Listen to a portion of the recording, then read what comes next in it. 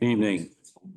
Welcome to the 76th meeting of the Municipal Skating Rink Building Committee of the Town of Belmont on the 24th of April, 2024. We have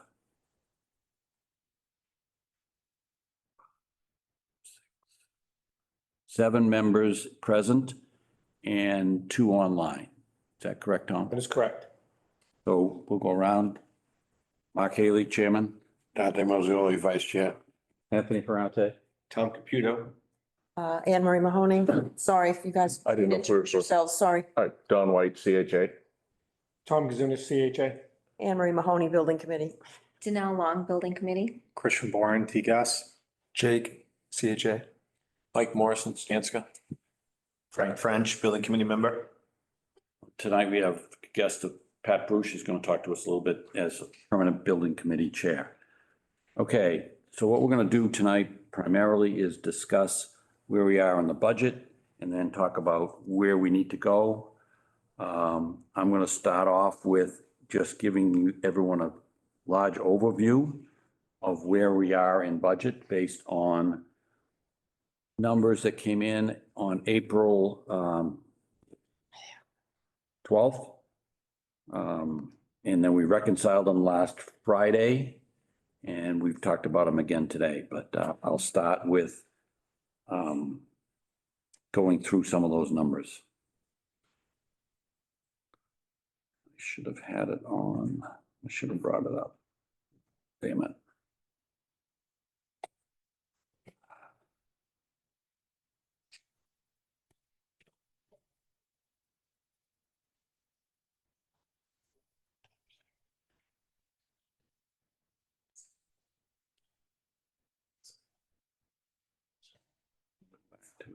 Anne Marie's.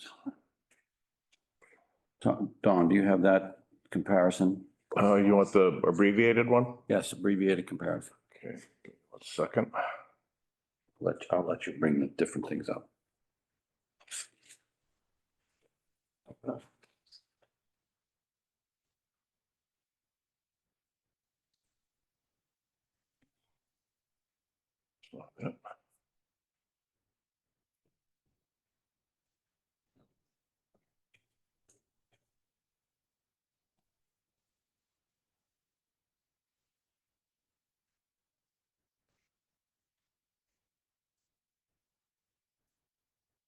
Okay, I have that, Mark. Bring it up. You're on your, we'll just use your screen. Simple.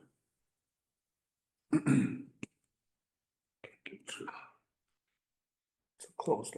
Start, minimize that one. And go to your Zoom. Blue.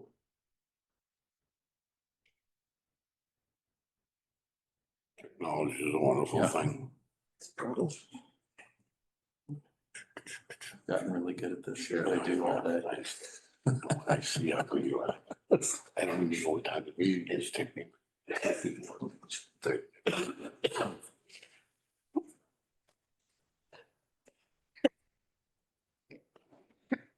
Fine. I don't need the red numbers. My red ink is all. Reds. They- Show. There it is. There we go. Okay. Hey, Mark, And this what- is Catherine. Oh, Mary. Just letting everyone know, even little whispers get picked up by the microphone, so just be careful in the room. That's all. We want a hot mic, Catherine. Yeah. Anyway, thank you. Good point.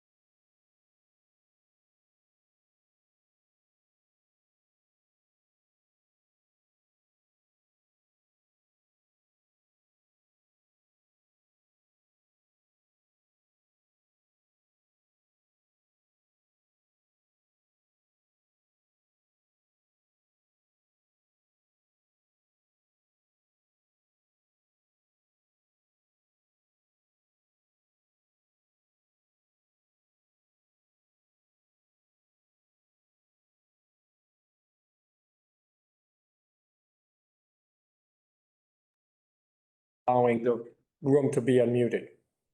Just push some buttons over here. How about that? Okay, we're now unmuted. Okay, sorry about that. It seemed like we had a little problems here in the room. Just going back quickly, we went from 16 million to 20 million to 23 million, which gives us a delta of 3.5 million over in the trade costs. And underneath that line, you'll see the cost per square foot. We went from $400, $406 a square foot. We're now at about $580, call it $600 a square foot. We then look at CM oversight and other costs. And we started at 2.7, went to 3.2 million. And then it jumped in April to 5.1 million to 5.7, which is a delta of 1.9 million. If you notice on each of those, we have a note 1 and a note 2. And why don't we go down, scroll down to that? So what is in those numbers that have generated those kind of deltas? In the trade costs, we have $733,000 plus or minus for general conditions. We can talk about these. I'll open it up for discussion. We have concrete that's increased by $549,000. We have site package that went up $700,000. Masonry is up $400,000. Sorry, masonry is up $400,000. Site package is up $704,000, and plumbing is up $306,000. That gets you to 2.7 versus 3.5. The other deltas are in other smaller items. I just grabbed the big ones. Then in the overhead, CM overhead cost is the 1.9. Primarily, that's again, a lot of those are percents of what is in the total value. So that essentially rolls all the way down into contingencies, extensions, and the like, and it adds up to that 2 million. And we can go into those in more detail if people have questions. So the soft cost have still stayed right around $4 million. We're now it was 4, and now it's 4.2. We added some costs for extension of schedule into that number, and that accounts for that. And if you notice in the next line down, we started with a design contingency, owner's contingency, and a cost escalation of almost $6 million. We reduced it in September to about 2.5 million. We now have moved all the design contingencies up into the trade costs, and the owner's contingency is down to 1 million. So that gets us to a total project cost of 34, call it $35 million. Questions from the committee? Hearing none. So we were approved by town meeting for including public funding for $29,900,000. The bonding is like 28 and change. So we met with the chairman of the Board of Selectmen this morning, town administrator, town moderator, and the 3 principal team members, CHA, Skanska, and TGAS, the architect, and discussed what we may be able to do going forward. The long and short of it is we need to make some drastic cuts and get that number as close to 30 million as we can. We've been talking about it for the last couple of weeks of value engineering. And that's where we need to take it. But we've got to get there, and we've got to get it quickly. If we need more money, the select board needs to vote on whether or not to bring it to town meeting. But that needs to occur sometime in early May. And the earliest we could go to town meeting would be like the 22nd of May. So we have a very short period of time. The architect in Skanska has indicated that to get this done, we need to make firm decisions that we don't turn back on, so they can do the design, get the costs, and be able to provide a good cost and a good schedule, because this will also impact schedule, to be able to get us to a budget so we have a project. If we stay at the 35 million, we're being told there is no project, long and short of it. Mr. Mozzioli. I was a big proponent of a lot of these items, not cutting these items. And I hate to see some of them go. But if it comes down to having a project or not having a project, I think I'm prepared to make a lot of tough decisions. And I hope everybody will look at these closely, make the tough decisions and see if we can trim this budget. For us to have this project, we're gonna have to make some tough decisions starting with tonight. And I think it's time that we do make these decisions as quick as possible so this project isn't hold up any further than it's been. And so I would ask my fellow members to support some tough decisions we're gonna make. We're gonna have to compromise on some things that we thought were very, very strong. And unfortunately, we just don't have the money to do it. So we're gonna have a lot of discussion tonight, but I think it's time we roll up our sleeves, make these decisions so we can move this project forward. They're all tough. They're certainly not what we would like, and it's unfortunate these numbers don't tell a lot of stories here. Costs have gone up, and we as committee members and responsible to this town have to make these decisions. So I would like you to follow the lead of the chair and make some of these decisions, unfortunately. And we will have a list of various recommendations, or at least options, alternatives, let's call it. And then we have, many of them have dollar values to it, and we'll go through that list. The list is about 23 different options. But before I go there, I'd like Pat Bruce, who's chairman of the Permanent Building Committee for the town, to talk a little bit about what value engineering is and her perspectives of it, having done many of the schools here in town. Pat? Anne Marie, you want to say something first? Yeah, well, you're moving. Just a comment and two questions. First comment is, I'm not in construction. I was an English major.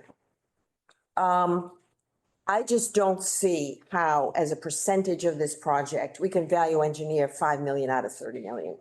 I just don't see it without so destroying the project that it's meaningless. That's my overall comment. Two questions.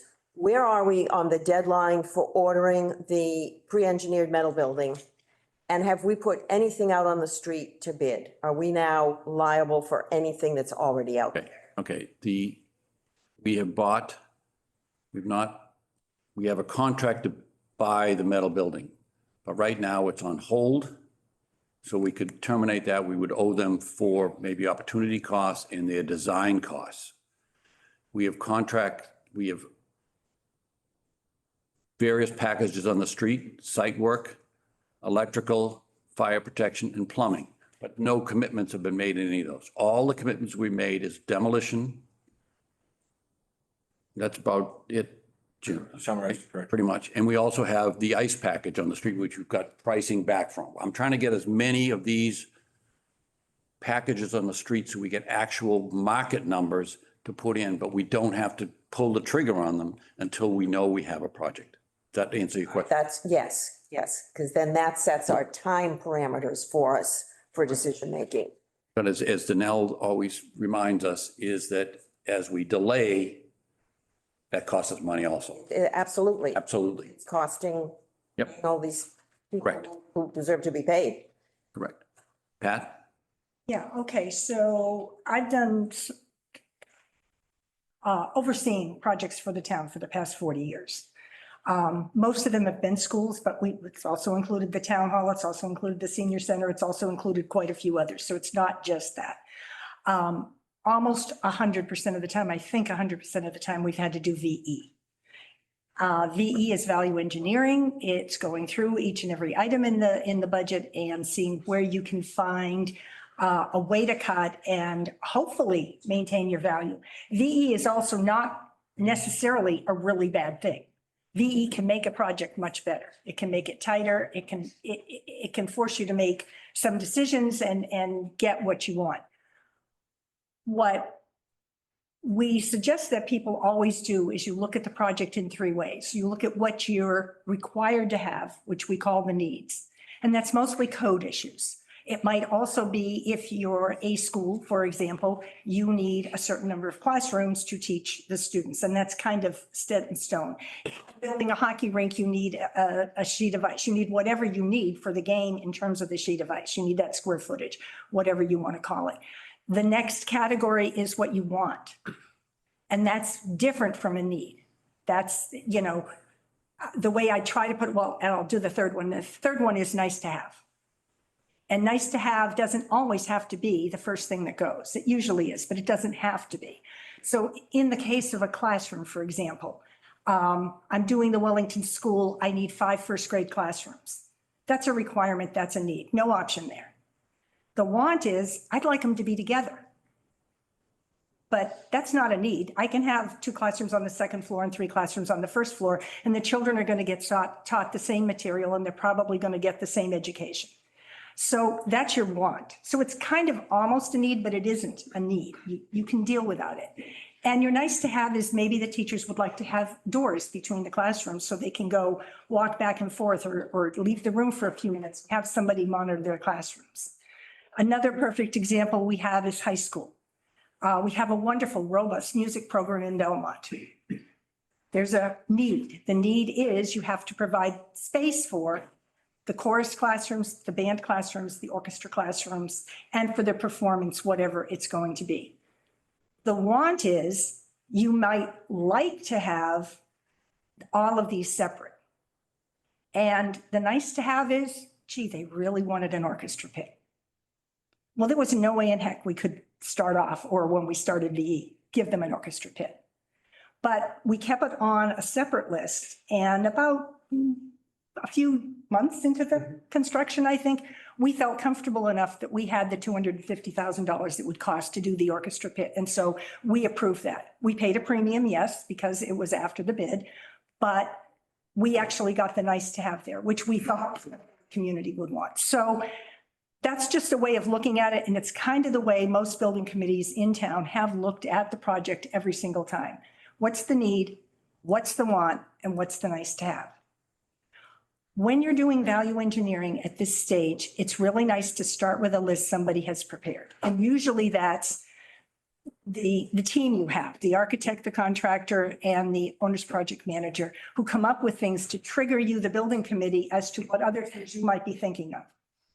And, I can tell you right off, every architect I know puts, throw the casework in FF&E. That's always the first one. Sometimes an okay idea, sometimes a terrible idea, because what I always caution building committees is if you're going to do that, you've got to move the dollars if you have to have the casework. So it does a great job for the contractor and the trade costs. Yep, that's gone. But if your FF&E budget is already really tight and you can't provide that casework in your FF&E, then you've really taken away a need. So you have to kind of play with that. Everything goes on the table that can go on the table. Everybody's idea is an okay idea to throw on the table. It doesn't matter if it's a sacred cow. We, the high school project, threw PV on the table. Why? Because it was not part of the education of the students, and it was not required to run the building. We also knew it was going to buy us 5 years of hell, and it did. Because we really didn't want to do it. We really wanted to keep that commitment. But we felt we owed it to the taxpayers to say to them, we really are seriously taking a look at absolutely everything. And we weighed the pros and cons. And as you know, the PV is there, it's on, it's functioning, and it's actually saving the town money right now. So I'm not saying that's a decision you should make, but I'm saying even if you have a sacred cow, you need the ice. But there are some things that you can do and hopefully get to do later on in the project. So my other caution to you, which be more caution to your OPM, is make sure you cover all costs. So when we took out a skylight at the high school, that, and the cost estimator came up with a price for how much, the metal was around the skylight and how much the glass was and all those kinds of things. We had all that cost. That wasn't the savings. We then had a hole in the roof. So we had to put a roof there and we had to put a ceiling in. We had costs that got added to what the savings is. So the savings isn't always what you think it's going to be. And you need to think about that. And the only other thing I would say just right now at the start of this is I go back 40 years to Winbrook and Burbank. We didn't do a true VE, but we did the best we could. We had a building that came in way over budget. And we did our best and we were trying to meet a school schedule. When our bids came in, the schools were packed up. So, we were looking really bad. And we needed to get the show on the road. So we went ahead and did our VE and then changed our documents by addendum and everything else. And it led to years and years and years of struggle, huge mistakes. It's really hard to do something by addendum. So I would caution you, if you got stuff out on the street, either hold it or pull it back and take the time that it takes to get the drawings done right, because you're going to pay in the end for the change order because it was sloppy or unintentionally something got missed. And 100% now with computers, something gets missed. It's in the spec, but it isn't on the drawing. It's in the paint schedule, but it isn't listed in the other place in the drawing. It has to be. And if it's not in all three places, the contractor doesn't own it. So you're stuck paying extra for something that, because you were trying. And I will say to those of you who are my age, which is not many of you, the Burbank school ended up technically, legally not having a skin on it, because the exterior skin of the building was removed by addendum. And when it was put back, it wasn't put back in all three places as brick. And the contractor held us up for one entire year in court until we eventually resolved it. And we got what we have, which is brick. But it was just because of a mistake trying to rush the drawings and keep the schedule. And you got to keep the schedule. I get that, but it's really hard. So we're here to help you. The Permanent Building Committee is here to help you. Every one of us has been through this at least 2 or 3 times. Some of us have been through it 8 or 12 times. The high school went through 3 VE sessions. One was before we formally bid. That was, the second one was about 2 years into the project. And the last one was about a year ago. And we called it budget refresh because we really just couldn't stand the term VE anymore. But it really wasn't. It was VE. And we've come in on budget, but it was really, really hard to do. I hear you with the dollars. I will tell you, and Mark was there with me, the Wellington School, the cost estimate at the time of construction documents was $7 million over budget on a $40 million job. And it's real different with a school. There's a lot of places you can find to nickel dime. We also had an architect who perhaps got a little fancier than we needed. And so we found other areas to pull back. But you don't automatically start and say 5 million on 30 million is not possible. It maybe is possible because you and I did it. Yeah, unfortunately, a rink is a little. A rink is nothing. You got a sheet of ice. I mean, it either is or it isn't. It's there. So I get it. But I'm just saying it might not be totally black. There might be a little bit of gray in there. There may be a way to get what you want with creative thinking. You have an architect who can think creatively. I know you have an OPM that can think creatively, and the contractor, has been around a few times, and I'm sure they've got some ideas too. So listen to them, listen to what they say, how you maybe can do things and still salvage what you want in the end, which is a fabulous sheet of ice in a building the town is dying to use. So I'm here, ask questions. We're here to help you. Any of us are, and feel free to give us a call. Thank you for your input, Pat. Thanks, Pat. So now I think I'll move, Backs. bringing up a list of alternatives. If anyone the committee has any other comments. And we have through Dawn and Mike this afternoon and myself and Tom Caputo, we already had a list, but we've expanded that list, and the list includes some ads. For instance, we have an ad for the ice plant, moving it from at least what was specified is Freon system that's not going to be EPA approved come January to a new Freon system or potentially to a CO2 system. And just for everybody who's in the audience, the EPA as of January 1st this year does not want a Freon system greater than 700 global warming potential points. And the Freon system that we're looking at which is an R454, is about 580 global warming potential. A CO2 system goes to 1. It also saves energy. So, but there's a cost premium to go to that system, and we'll put that and we'll discuss that. The other add is we'd like to increase the contingency, because right now, as you noticed when I was presenting it, we only have $1 million of contingency, and we don't feel going into construction with just $1 million of contingency is reasonable or financially represents the town, because we would end up having to go back to the town again. But those are all going to be discussed, and we can go as far as we can tonight. I don't want to go more than probably 8 or 8:30. We'll see where we get. But we have a meeting tomorrow morning at 7:30, and we'll continue on. But some of them I think can go very rapidly, and some of them we're going to need some discussion. But objective is to peel ideally $4 million out of this project. Want to get started? Let's go. Don, would you bring up your list?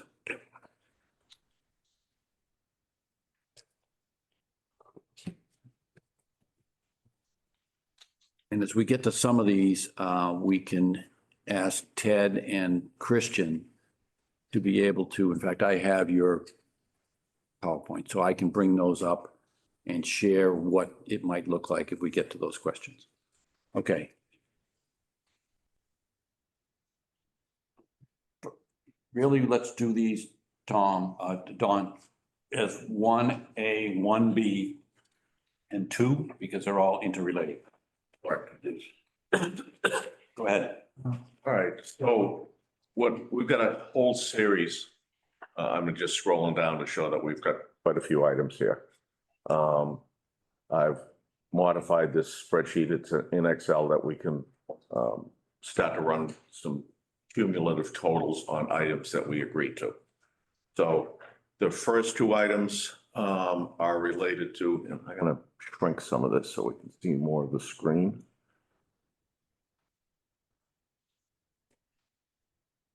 Okay. 1A and 1B have to do with around the perimeter of the building. The original design had a masonry base, concrete masonry units from the ground up to 2.5 feet above grade, where it met the insulated metal wall panels from the building system. 1A and 1B are a combination of reductions to that, first of which I'm calling 1A, is to remove 2 feet of the concrete block and drop the insulated metal wall panel down that 2 feet. It would still leave 1 row of concrete block at the base, and the metal panel would meet that concrete block at the bottom. That is a potential savings of $51,349. Related to that is the same scenario of getting rid of the 2 feet of concrete block. And in lieu of keeping the bottom layer of concrete block there, to go with an insulated concrete wall panel that Skanska's done some research on to give it some durability. So if we took that, it would be an additional $28,790 savings. So we can take the 2 of those together as a savings of $80,139. Now, the next item I've got here, my item number 2. You know what it is, or is it general? Got a question here. Just Could we just come, Bill, could we just do 2 and then we'll come back to you? They go together, Bill.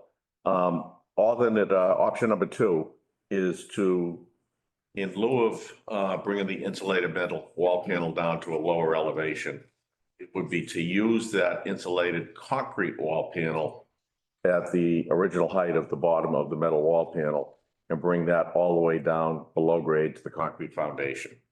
So that would be a reduction of $68,158. So we can take the combination of 1A and 1B, which is a reduction of $80,139, or we can go with option 2, which is a reduction of $68,158. And some of this is tough to envision, so we can open this up to any questions that Let anybody me just has. make a comment, Don, is in the previous building committees, what this is doing is around the three sides of the building, the top of the concrete wall stays at the 1910. On the west side, where the grading is higher, you'll have a foot or two of concrete exposed. On the rest of it, we'll have more, where the concern of the committee was to have something so the IMP panel was not down in the snow damaged by snow plows. And that's why that option 2 was carried. And that's what that's kind of what we're carrying now. And the drawings currently show 1A and 1B accepted. Yeah. That was the last quote the building committee made. Right. Was to accept that. Yeah, Yeah, we voted for that. No, yeah, we did. I did. Christian, one elevation throughout the whole east, west and north walls. Yes, that's what we're all saying, Yes, with wall panel. with concrete wall panel. That's not what he's saying. Yeah. I thought that's what I was saying. Yeah, That's 2, not 1A, 1B. oh, no, he said 1A, 1B, We have no steps. no steps, as currently designed. We voted on the So what's last 2? 2 is taking the IMP all the way down to the finished grade elevation. Okay, I'm mistaken. Okay, so we're, So we've already taken the $80,000 savings, just to be clear. Not off the numbers that were, not the reconciled bid numbers, no. Because if you recall, the reconciled bid numbers went back to the documents before we. February 15th documents. So from the numbers that we're presenting, and there is some duplication of efforts, and we should say that the committee already voted for 1A and 1B Right. on this. So that's a decision. Tonight, you would be reaffirming that decision. I don't think you even need to take a formal vote other than to say, I'm not we gonna, want to, if. Not taking votes on each one of them. Backwards. Right. it's I want to hear from the committee is thumbs up, thumbs down. Okay, but you're correct. So Ted, just be clear, is item 2 was when we brought it down, we only had 6 reveal or 8 inches of reveal under the IMP panel. Is that fair? Am I remembering that correctly, Christian? Can you repeat that, please? We ended up with only a reveal of the concrete panel, That was, 8 inches with IMP. That- This is leaving, yeah, that was one option. okay, that's 2. That's. Bill Shay. Bill Shay. So any adjustments or votes that were made in the past 2 meetings are not reflected in this document. Is that correct? That is correct, Doc. We're reaffirming those. Okay, thank you. Because because of the Yep. estimating process, we had to kind of go back Back to a common point. to a common point, and now this is moving forward from that common point with both of the estimators. Okay.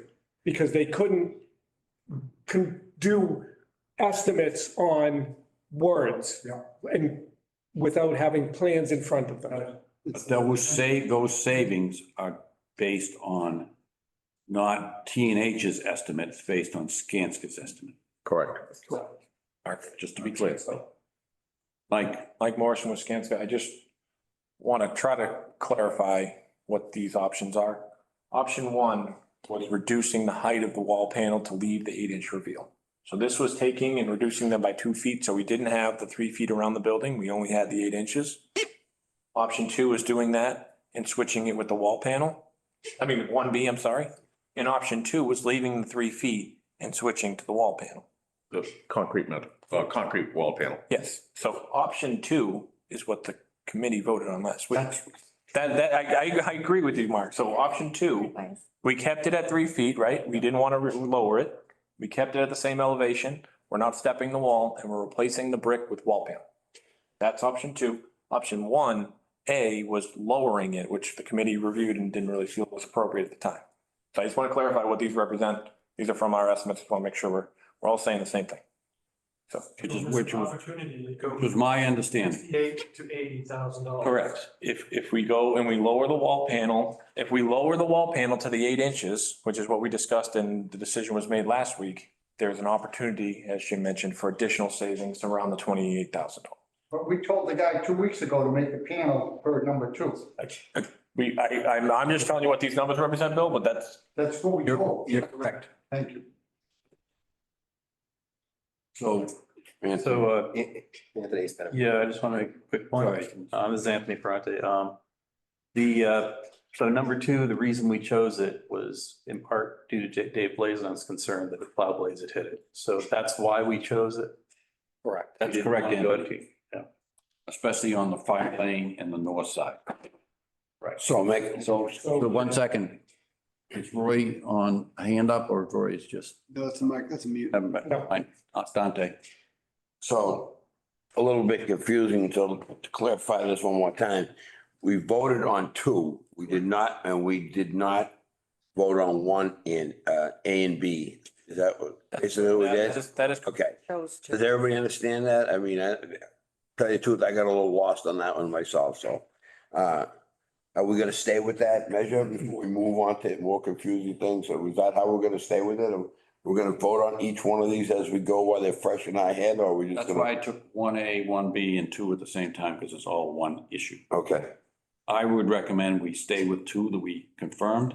And if, as we add them all up, if we need more money, then we may have to go back and do that. But that's a redesign then from what is currently shown on the drawings. correct. but if we took 1 and 2, we took A and B into, there's an additional savings, It's about $12,000 additional savings. $12,000. Correct. $12,000. That's a motion I second.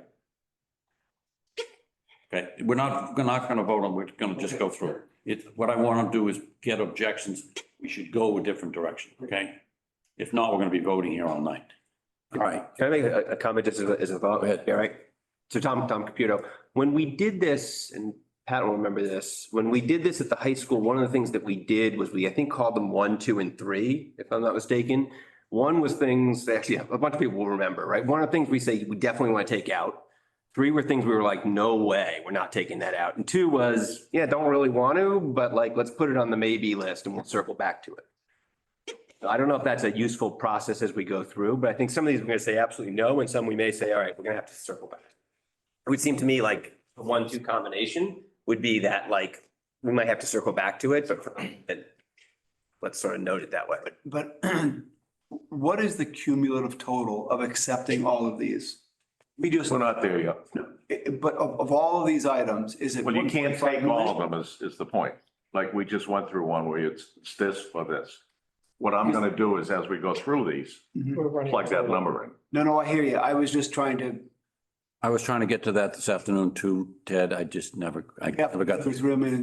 So Ted, your point, I think, is even if you sum them all up, we may not be there. that's what I was gonna go. So we We do the actually one, have choices. yeah, we don't have choice. That's We right. actually have choices. Okay. Next.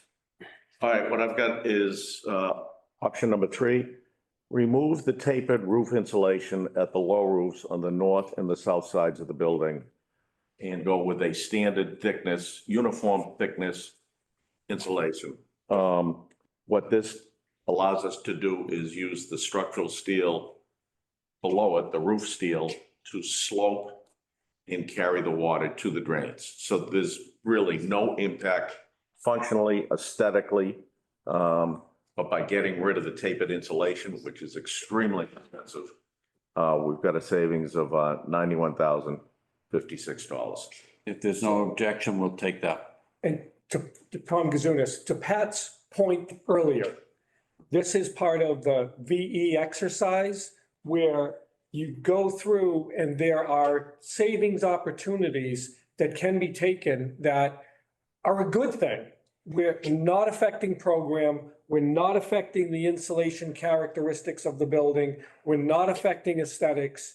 This is just a less expensive way of doing the exact same thing.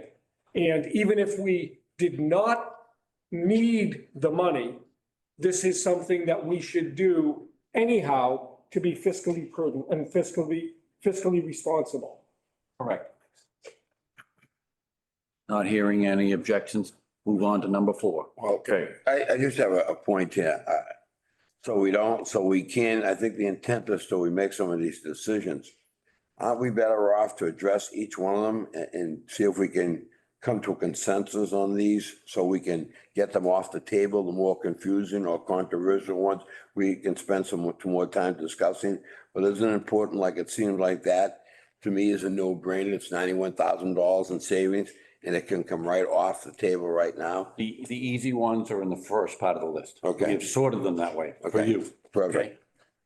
So are we gonna take a vote on those as we go, or what do you think? I really want to see the whole thing first. Exactly that. Voting on anything until I see the whole picture. This is nickel and dime stuff here. I hope as we go down this list, there's some bigger ticket items like Right. the PV panels. I mean, I think we That's should at the start bottom. there. But I think the Just vote will saying. be at the end of the day. Okay, sounds good. Thank you, guys. Thank you. I don't, All right. 26 votes. Item 4 I've got is to eliminate the low block wall surrounding the arcade on the front side of the building, where we've got the open section of roof over the arcade. There was a knee wall, wall. a knee wall creating up 3 feet or so, just keeping that place separate from the roadway adjacent to it. If we were to eliminate that, that's a reduction of $22,307. Mike Morris, Wisconsin, those values are based on pretty much our estimate of taking the material of that wall and eliminating it. But if this gets pursued and developed, we've talked about, do the drains get eliminated? And that can increase the value. The foundation wall gets eliminated that supports the columns, that can increase the value. So if this was just materiality of the wall here, this brick, there's a top piece. Let's take that out. and see what- Doesn't have the below grade concrete in that number. Yes. So Jim, I know you want to. Just keep in mind, this will go away if one of the larger items later on gets selected, which is removing more sections of the building. So we have to go back and remove this. Correct. later. That one gets selected.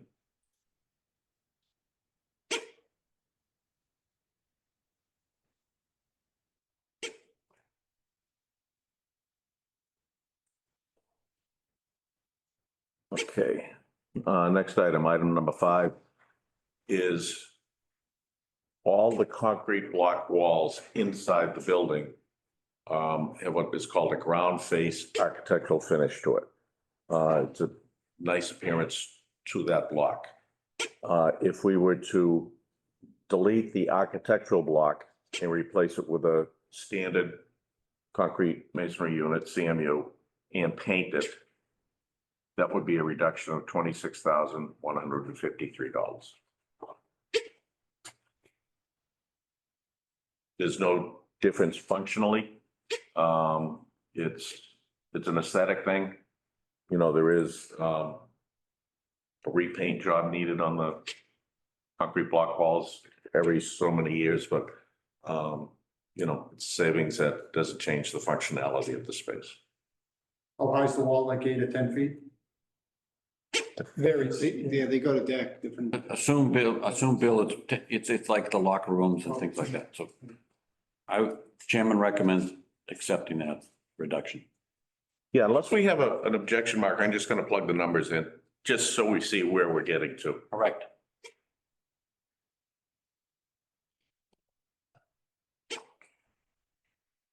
All right, this one, item number 6, there is an extended overhang off the roof level, lower roof level at the north side of the building that comes out 5 feet off the face of the building. South side, I'm sorry? south side of the building. This is the canopy. Yep, front of the building. And Anne Marie, this is your bigger numbers. I get it. I get it. There's an awful lot of detail there. It's certainly an architectural feature, but if we were to remove that, we've got a projected savings of $223,556. Comments by the committee? Hearing none. Put it in the right-hand column, Don. The committee voted against it. One person voted against the deduction. Yeah, we wanted to save this. Yeah, but remember when we started this meeting, we said we have to make some tough decisions. And we're gonna have to relook at that because we're in a point of not having a project or having a project, so somewhat of a compromise is, it's certainly not what we want to do, and you're right, Bill, we did vote on it. Right. But we have to save money somewhere.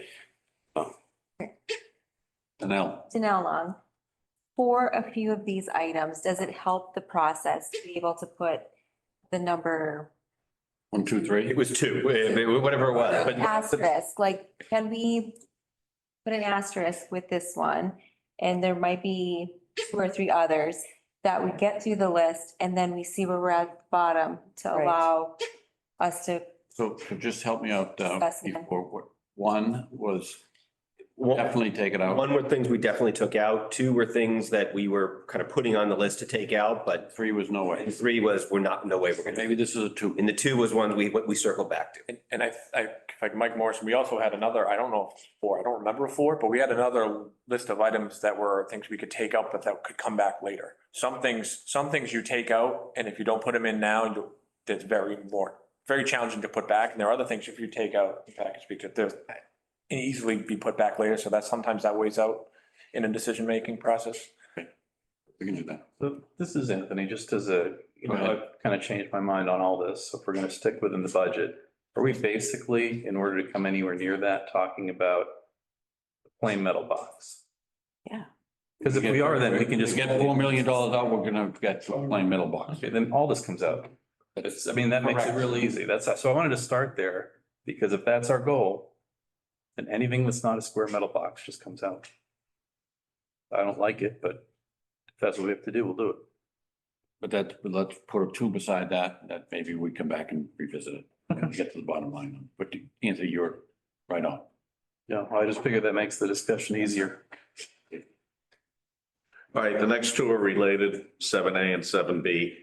And it's and Mike, I might need you to help me out on this. It's concrete walkways converting to asphalt walkways for the most part. That's correct. So A and B, Mike Morrison, Wisconsin, they work together. So the site plans and the landscape drawings show certain areas in front of the south of the building, in front of the main entryway as concrete paved. So this, without a alternative design, we made an option collaboratively to say, what if we did half the amount of concrete and made the other half pavement, because of the price, the delta on those pricing is favorable. So that's 7A, we get the square footage of paved areas versus concrete. We say we're going to strive for half and just figure out what the best use of that half of square footage is. And B is there's no concrete paved areas. All the square footage gets changed to asphalt paving. So what category do we want to place? And in 5 years, if you got some money, you can hook up the pavement and Yeah. concrete sidewalks. That's a 1, I think. That's all. For both of them? Yes. Okay.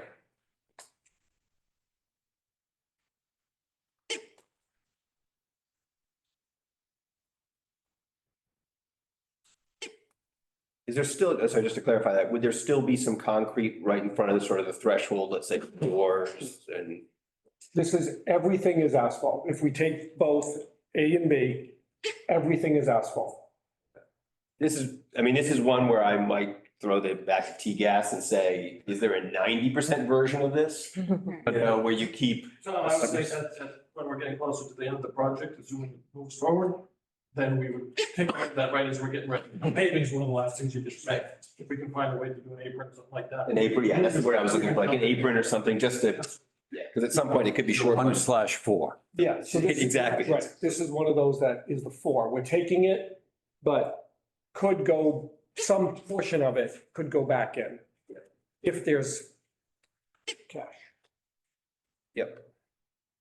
Okay, moving on. Item number 8. It's to reduce the bleacher seating from what was quoted as 500 seats, which was shown on some earlier set of drawings, down to the desired number of 225 seats. So when we did the pricing exercise recently, like we had said, we based everything based on what was shown on the drawings. It had more seats than we needed. So this is a reduction to get down to the number of seats that is desired for the project of 225. And that is a reduction of $170,247. And to clarify this, because you misspoke a little bit, Don, this is more seats than we can have. Right now, if we put 500 seats in that building, we do not have sufficient bathrooms. We do not have sufficient egress in some areas. So we cannot stay with the 500 without violating some basic code requirements, and would have to then add more square footage to the building.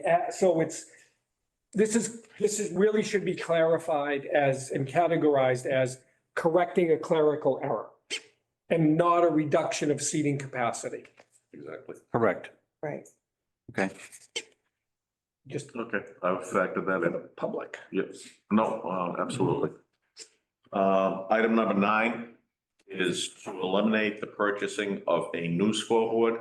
What we have currently is a salvage scoreboard from the old rink. The original design intent was to use the salvage scoreboard and one new scoreboard. If we get rid of that new scoreboard and go with just the salvage, have one scoreboard in the rink, that would be a reduction of $22,688. I object. Can we get someone in the town? Thank you. Exactly. Exactly what I was gonna suggest. Some of these smaller items, some of these groups that use the rink, can they sponsor, purchase, gift, whatever? I thought we were gonna make the Anne Marie Mahoney scoreboard. That was kind of the I surprise. don't think so. I don't even like hockey. No, I'm here for the figure skating. So Anne Marie, part of the problem that we have is that we cannot bank on someone else donating this money at this point in time. Oh, agreed. We Yeah. could take it out, and then if funds become available through donation, through other sources, through whatever, then it can go back in. Put it back in. Or we have to say the project is going to fund it. So we can't No, put it I into totally a- agree. I'm just saying, yes, we're taking it out, Right. but we should then start to advertise in the community. Here's an opportunity. I assume we will install somewhere an outlet to plug it in, but beyond that, like, okay. Great. Frank French, Building Committee, would just in a worst case scenario, we would have the salvage scoreboard to utilize. Correct. In a worst case thing. Yep. So again, Frank, Tom Gazzonis, part of what we've tried to do is create options that still allow the core program to proceed and be there. You can't have a hockey game without a scoreboard. So that's part of core program. Makes sense. I've put that category number 2. That's, I would put that as a, Tim Kraft's got a 4 perhaps. Yeah. And I think 2, 4. the Concrete should also be a 4. What should be? The Concrete, yeah. Instead of asphalt should also be a 4, because that can come back much later, and then towards the end of the job, there's some contingencies left. So it could be added back in very late in the game. So I think we should keep track of the 4s. It'd be good for us to have those on the back burner. Yep. Look at them. I think the project moves on. Great. okay. Item number 10. There is a structure constructed to be the sign for the building mounted on the insulated metal wall panels of the structure. And there's a lot of connection details, getting back into tying into the building and so forth. It's not a huge sum of money, but if we got rid of the structure and went with just pin lettering, we'd have a reduction of $14,180.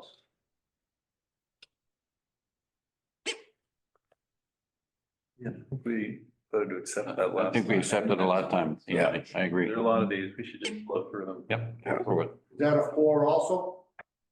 That could, Yes. For adding the pin light in the back? Yeah. Yes, if it was something more substantial than. Yeah. For naming rights to the building and $5 million donation, yes, we'll put it back. Okay, this is one we've talked about many times. The metal roof system as part of the pre-engineered metal building originally had a painted finish selected for it. This is a reduction in cost proposed by the manufacturer and Skanska that we can go with what is called a galvalume roof, which is just the galvanized finish on the roof panels. And that would be a reduction of $52,183. This is already voted. We voted on it. Yep. Yeah, correct. Just take it, done.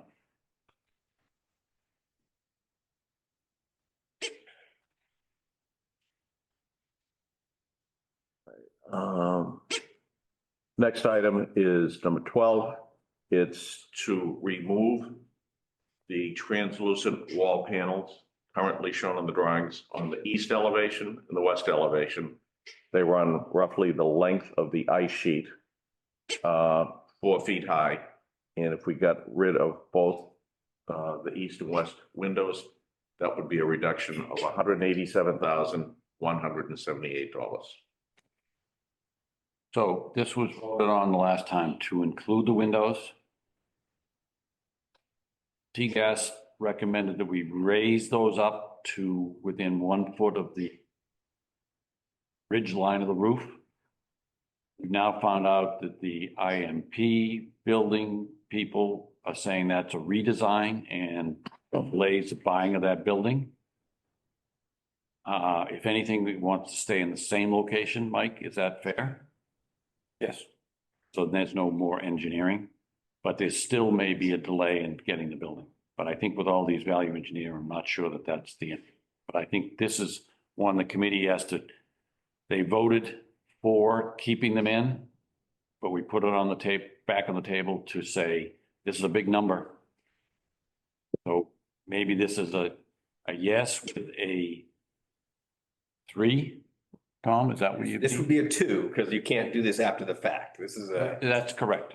this is a 2.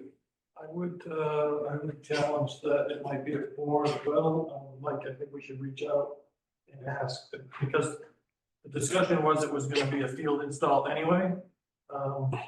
If we don't put it back into the engineering, so it could be a potential renovation, slice out the panels. Okay. And kind of put the windows in later. So Incorrect. it might be more expensive. But we wouldn't have that full savings. If we're gonna do that, we should reduce the amount of window. We should keep, if we can do that, we should reduce the amount of windows instead of in every bay, put them in every other bay or something like that, if that's a money saving. Because I thought we were past that. Or just do the west side. No, balance them off. Do 4 on one side and 4 on the Ted, other. what's your recommendation on that? I know most of us don't want to hear, but I think we ought to move through this list and figure out what we're gonna take out. Right now, the drawings show them in, they were out, they were in there. So at the moment, I think we just go through the list and we're not gonna get the building built if we keep the windows in. I want them in. But we won't have a project. So we either build a building or we don't. That's kind of where we are if we don't take these. yeah, Agreed. So I think we keep going and they're hard decisions. yeah. So Don, where are you putting the numbers? So I've got, In that column. yeah. Okay. Is it 2/4? Because we need to confirm that distance. I think anything can be done, but if it's something crazy, you can come back and do it then. Okay. You just wouldn't get. And that was a question. We're talking about, We might get Yeah, half of that savings. savings. if you want the steel in, that's part of it. Okay, everything. Dante? Uh, Now you can cut the windows. I mean, these items are all, everybody's seen most of these items. And I really feel, I know you want to go back, how we handle it, go back and do it.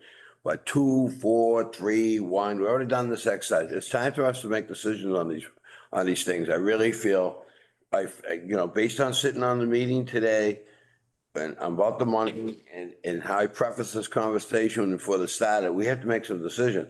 If we're gonna do the same thing and walk out of here with no decisions made because we think it's a 2 or 1 or 3, I mean, I'm trying to, my personal thing is I want to push this forward and make some decisions. And some of them are tough decisions. And this one is a real tough one for me, probably the toughest one for me. I really, really want those windows.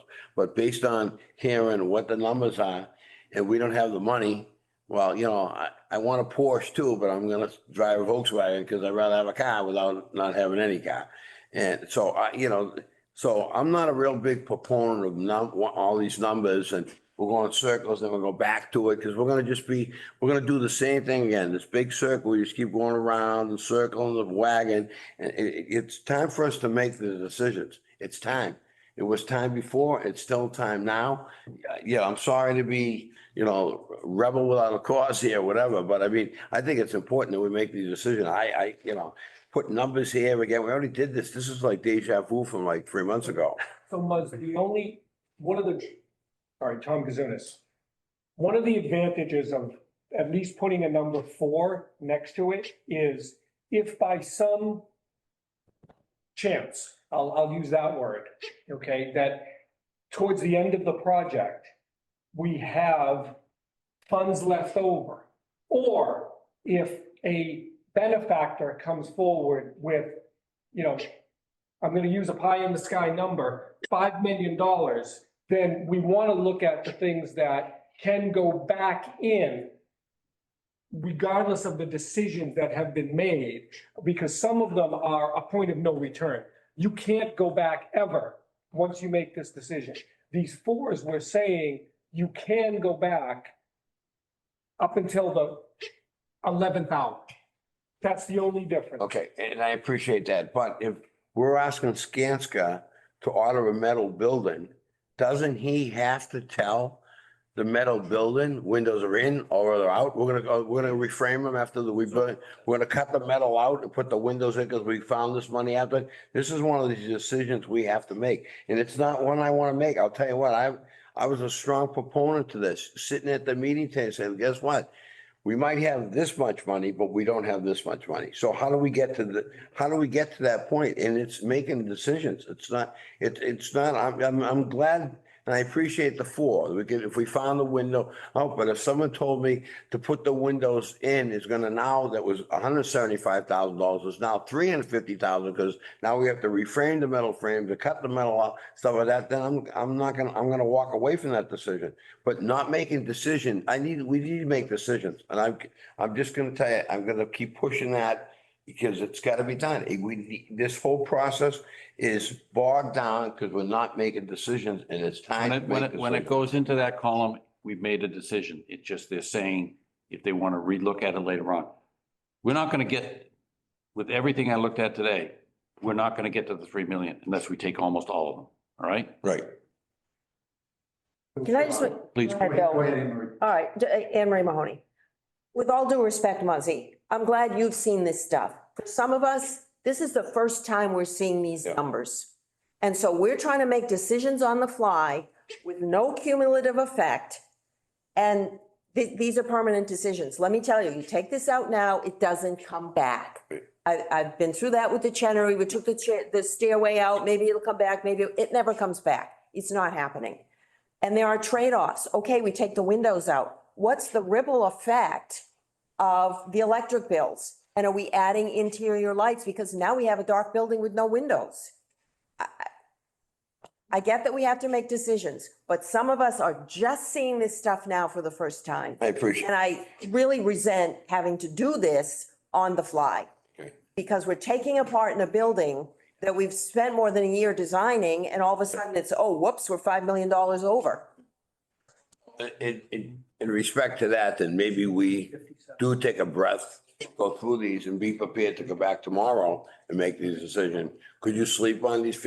Would you feel better tomorrow than you feel better tonight? Not about these windows. No, it doesn't make any sense. It's just gonna be an ugly metal box. Why bother? So point of clarification, just what you're looking on the screen, because there were some questions about it. If you look in column I, with all of the values that we've taken, where it says cumulative total cost of reductions, as we're saying yes, that is tallying up as a running total of the values that we have, quote, so far accepted to date. We're at 957, 138 Through item number 12. through item number 12 of what we have accepted.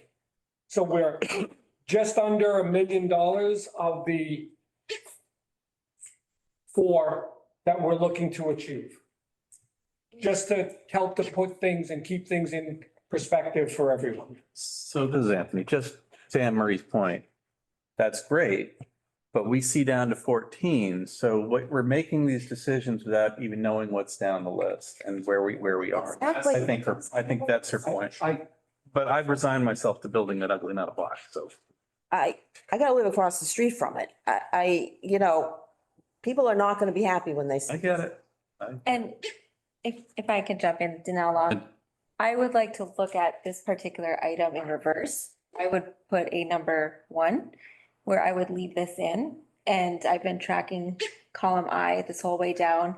And it's nice to see it growing and growing, but again, I think this exercise is like our best step, our best foot forward.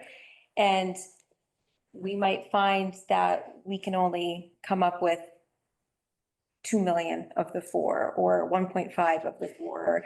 I don't know what that number is. We're trying, but I believe this natural daylight is important to this building, both inside and outside, and at that expense, at that cost. And so, if we were doing a vote, I would be voting to still keep them in, even though it costs us that much money. Category 1 means we're keeping it? 3. That's a question. No. Category 1 means it's coming. Is keep, For clarity, I'll just say, I would say we need to keep them. Okay. And I'm saying a 3. Understood. I'm sorry, I'll 3 stop. is the number. Okay, I got Category confused too. 1 is the same as a category 4. 4 just means it's gone now, but there's a potential to bring it back in. That's why I brought this one up in particular. It's been a hot topic. Yeah. No doubt, if you don't want to do anything, there's a box key there. No doubt. And this one I see is like the orchestra pit to me, where we get some buyouts done and we get some comfort level, and maybe wherever the contingency is at that time when that decision gets made, and it gets in quicker for a similar amount of money, not, that's very, very end. So we want to keep Right. that on the burner, but I think, as everybody's been saying, to get to this budget, it's gonna have to be a box to sign. Okay. And I'm just, I'm gonna, If it makes I'm gonna- back, it may come back as Mr. Shea's comment. Come back smaller, something. Or But- can we get can the, I, go ahead, I'm sorry. I'm gonna counter that, because as I've been watching the process unfold and what we're designing for and what we are adjusting, I think this could be one of those issues where we're not fully thinking of, or we're not being fully aware of the timeline of how it's detailed. And so I do think it's important to account for it now.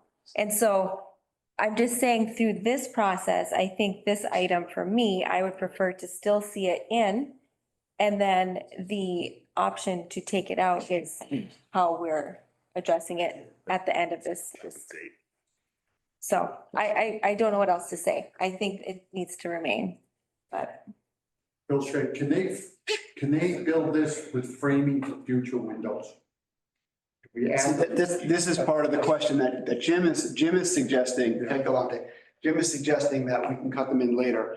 And the only thing that I don't know about that, Jim, that you guys may know better than I, but I think we have tying the metal panels to the frame of the building is part of the assembly, and then where the windows are cut in. So we had 3 feet above the windows. Now we have 1 foot above the window. We were checking to see if there's no feet above the window metal panel, so that it was all, so we're trying to come up with a simplified way to do what Jim is suggesting, so that we could have windows. We've been trying to come up with a way of doing that. So I don't know that. can we ask Clear them? That's answer. what I'm saying. I'd like to say tomorrow, talk to them, see if we can make that a plan. It sounds like we shouldn't take this one, but we shouldn't add it cumulative to the total at this point. I'll take it out. Catherine Owens has her hand raised. Catherine? Thanks. Can you hear me okay? Yes. Okay, I think I was gonna agree with what Danelle said. I would also like urge us to keep this one in for now, keep going through the list and, I would say that at any time when I've done prioritization exercises before, it's normal to go through the whole list one time quickly and then come through. So at least you have a perspective of, what are all of the things that might be taken into account. If we don't want to do that, that's fine, but we should have a mechanism for just going back and doing another one time through the list again, once we get to the end part. Yes, so Catherine, we can make this a 2 and a 4 and then come back and look at it again. Okay, That work? yep. No, not for everybody. We're saying keep it in regardless, Okay. as in we're laying down in the middle of Great. Concord Avenue to keep it in. Okay. Right, Donnell? All right. Me. So let's, We'll make it, We'll make it 3/2 then. Or 2, actually. 3/2, no, they want to keep it in. We'll keep it in for now. But we're going to come back. If we need more money, we're going to come back and make it a 2. No, it's That work? 4. A 4. Let's create a. I got it all covered. I don't think this would ever be a 4, Ted. No, I'm just joking. All right, next item I've got is item 13. Eliminate the casework shown in the contract drawings carrying FF&E. This goes to what Pat was just talking about earlier. All we're doing is moving this into a different bucket. So But there's not a lot of casework in this building. As I was just looking, I think you've got for savings there, $99,000. $99,000. Yeah. And some of it, we've talked about simplifying it anyway. I think you got to move that. Would we want to carry a lesser amount? We only have $100,000 for FF&E. It's 100. It's 100. I mean, I could plug in 50 here, Mark. Sure. That's a 2.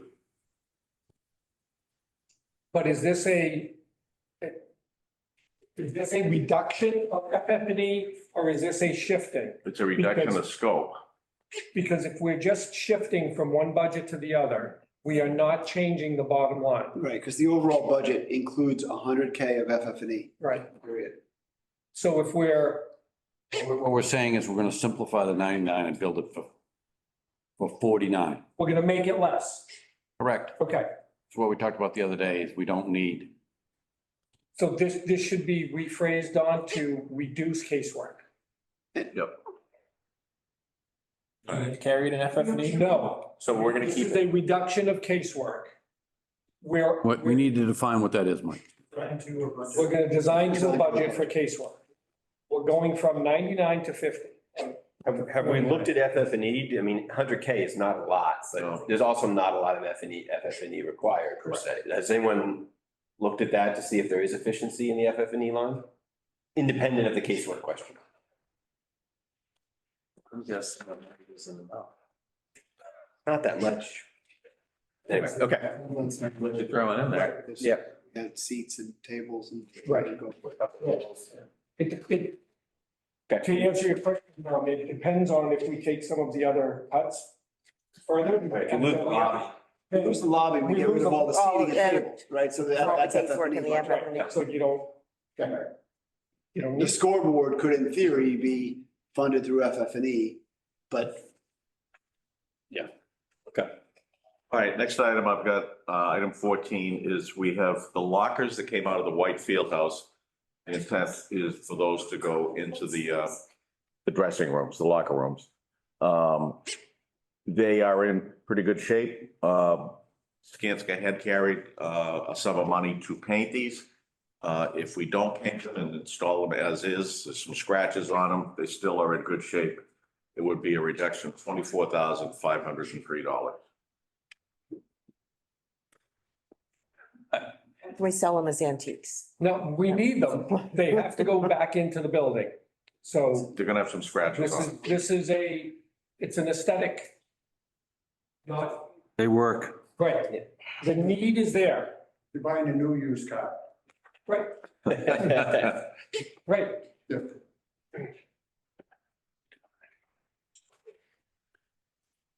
All right, I'm gonna need some help on this one, Mike. Sure.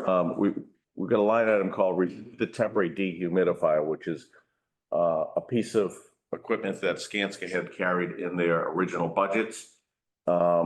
With the originally very tight timeline, we weren't going to be able to get the dehumidifier in time, and we were going to have to rent a unit to get the rink open for the original schedule. But we think that's maybe going away, but not definitively, right? So essentially, you nailed it. So we had this in the budget. There was two things that we talked about in our project approach related to the dehumidification unit. One was to release an early package to get that ordered, and one was to install temporary infrastructure to be able to kind of roll up a unit that you could then plug in and dehumidify the space without the actual piece of equipment in place. So that was part of our approach with lead times to get this ice made and supported and staying with the ice, really not making the ice. It's keeping the conditions. But ultimately, we're hearing new information on lead times. We have new equipment spec than we originally thought. There's opportunities to not need this. And again, you can still build the building, you can have it. And we're just now hamstrung to the lead times of the equipment that are specified. So, when we don't put that temp unit in, we're just going to have to really work within the parameters of what we're getting from the units. Has the permanent unit been ordered? No.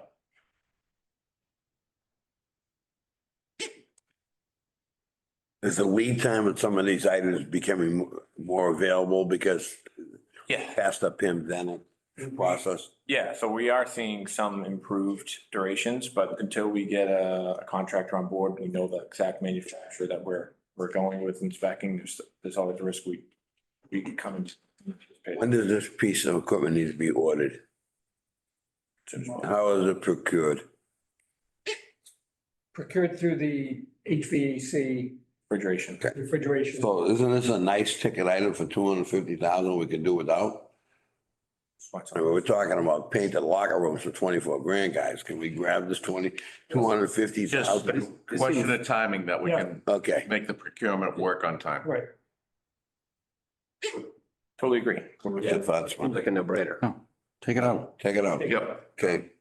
Item 16, remove the aluminum sill between the bottom of the insulated metal wall panel that sits atop the concrete block.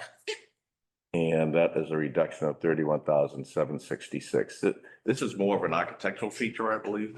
And it's already, if we're taking out the block and just. Right, this goes away anyway. It would already So go. we're accepting So it. Yeah. we take this one. Progress. Broke $1 million. Right. All right, this was a recommendation, I think it's a request, to remove the bidirectional antenna, the BDA, inside the building, which is a communications tool for the fire department to be able to talk to each other in their walkie-talkies. We have it at the high school because it's absolutely necessary the way that building is broken up, but I think there's a question of, can this be functional without a BDA? And I think that's a question that has to go to the fire department to get their concurrence. The problem is that we won't know if we can eliminate this until the building is constructed. We are required by code to perform a test inside the building after it is constructed. And this is for first responder safety. They have to be able to communicate back to dispatch, whether it's police or fire, from all sections of the building. While I agree with the underlying assumptions here that for the most part, this is a metal box that there should not be a problem with, where I have a concern, and I have to voice it, is in the, I'll call it the mechanical room, which is all concrete and a rated structure, that they may not have communication out of that back to dispatch. We won't know until the building is up and these walls are in place. And this number of So- 75, I'm sorry. Tom. Yeah. The number of 75 is to take it out now. Do we know what it would be to put in if the walls were up and we had to put it in? Is it gonna be- There really is not a material difference in cost because the building structure is so open. If this was, if we had suspended ceilings and hard ceilings everywhere, then yes, to go back and put it in after the fact is a nightmare. But to put it in our building, because of the way it is so open, I don't think there will be a cost difference. I just want to make sure that we can put it aside, but we may have to spend that 75K. Does the town use UHF or VHF? Ultra high VH, I believe. So it should work. VH is higher, it's better communication than UHF. And can we look at other rinks that have been built and determine whether or not this is present there? I mean, it's not, to your point, there's always this risk. But if 90% of rinks don't require it, you have more confidence saying. There's so many factors. That's aware. Yeah, no, What the distance that the signal has to travel. Leave it open. Part of our advantage is that there is a repeater on the high school oh, that's good. that, helps us serve the neighborhood. So the signal strength may be better. We probably are in good shape, but this is one of those that we can take, but we need to make sure that we're covering this in contingency is what that's the caution. So it's. Okay.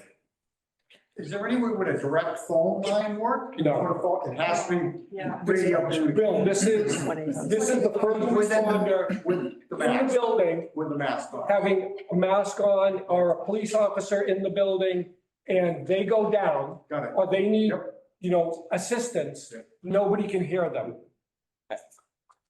This is also something we could look at as a candidate for an ad alternate. Right. So it's another option. That's what I'm saying, like, we've got to factor it into the contingent. Can we test soon enough to know prior to needing the occupancy? Yes, oh, absolutely. Like, as soon as the main structure is up, you can Can test. bring the guys down there, give it a try? Okay. Okay, highlighted in green with a list of items that Skanska had advanced to us. We've put another item on here, which was brought up earlier, which is the PV solar roof panel. And what we've done is isolate the cost of what the PV would be to not put the panels on the roof at this time, to defer that piece of work. Now, what it would do is inside the building, have everything PV ready. That means the equipment that is inside the building, the conduits would be in place, ready to be stubbed up through the roof, wall panels, or wherever they have to go to exit the building to connect to the PV system once it's up on the roof. We've left that money inside the electrical scope of work, but for just the value of PV panels, inverters, wiring, and everything else that gets applied to the roof system, that would be a reduction of $1,305,000. Are we required by code to keep all those provisions there except It's supposed to be PV ready. PV ready? Okay. Yes. And does Belmont buy all of its power from PV source now? Is that how that works? The town is already. We're like over 95%. The town's already buying PV generated electricity. Hydro, PV, Right, or wind. sustainable, yeah. So in doing that math, Don, I didn't get you described it that way before, but recently doing another one. The requirement is only the space for the equipment. You don't actually need the equipment in the electric room, just the space for it and the pathways. So if we could take some additional money out for that, if you truly have some equipment in there, then we should take that out as well. I think, Jim, we were only carrying the conduits. Yeah, we were down to $50,000. That makes sense. Right, to clarify, what we're talking about with equipment, what we're carrying is like the main switch gear. The buses are there and it's configured so that the PV breakers could go in. But that panel is not there, but the infrastructure that we're buying is there for a plug and play, not a reconfiguration of the system.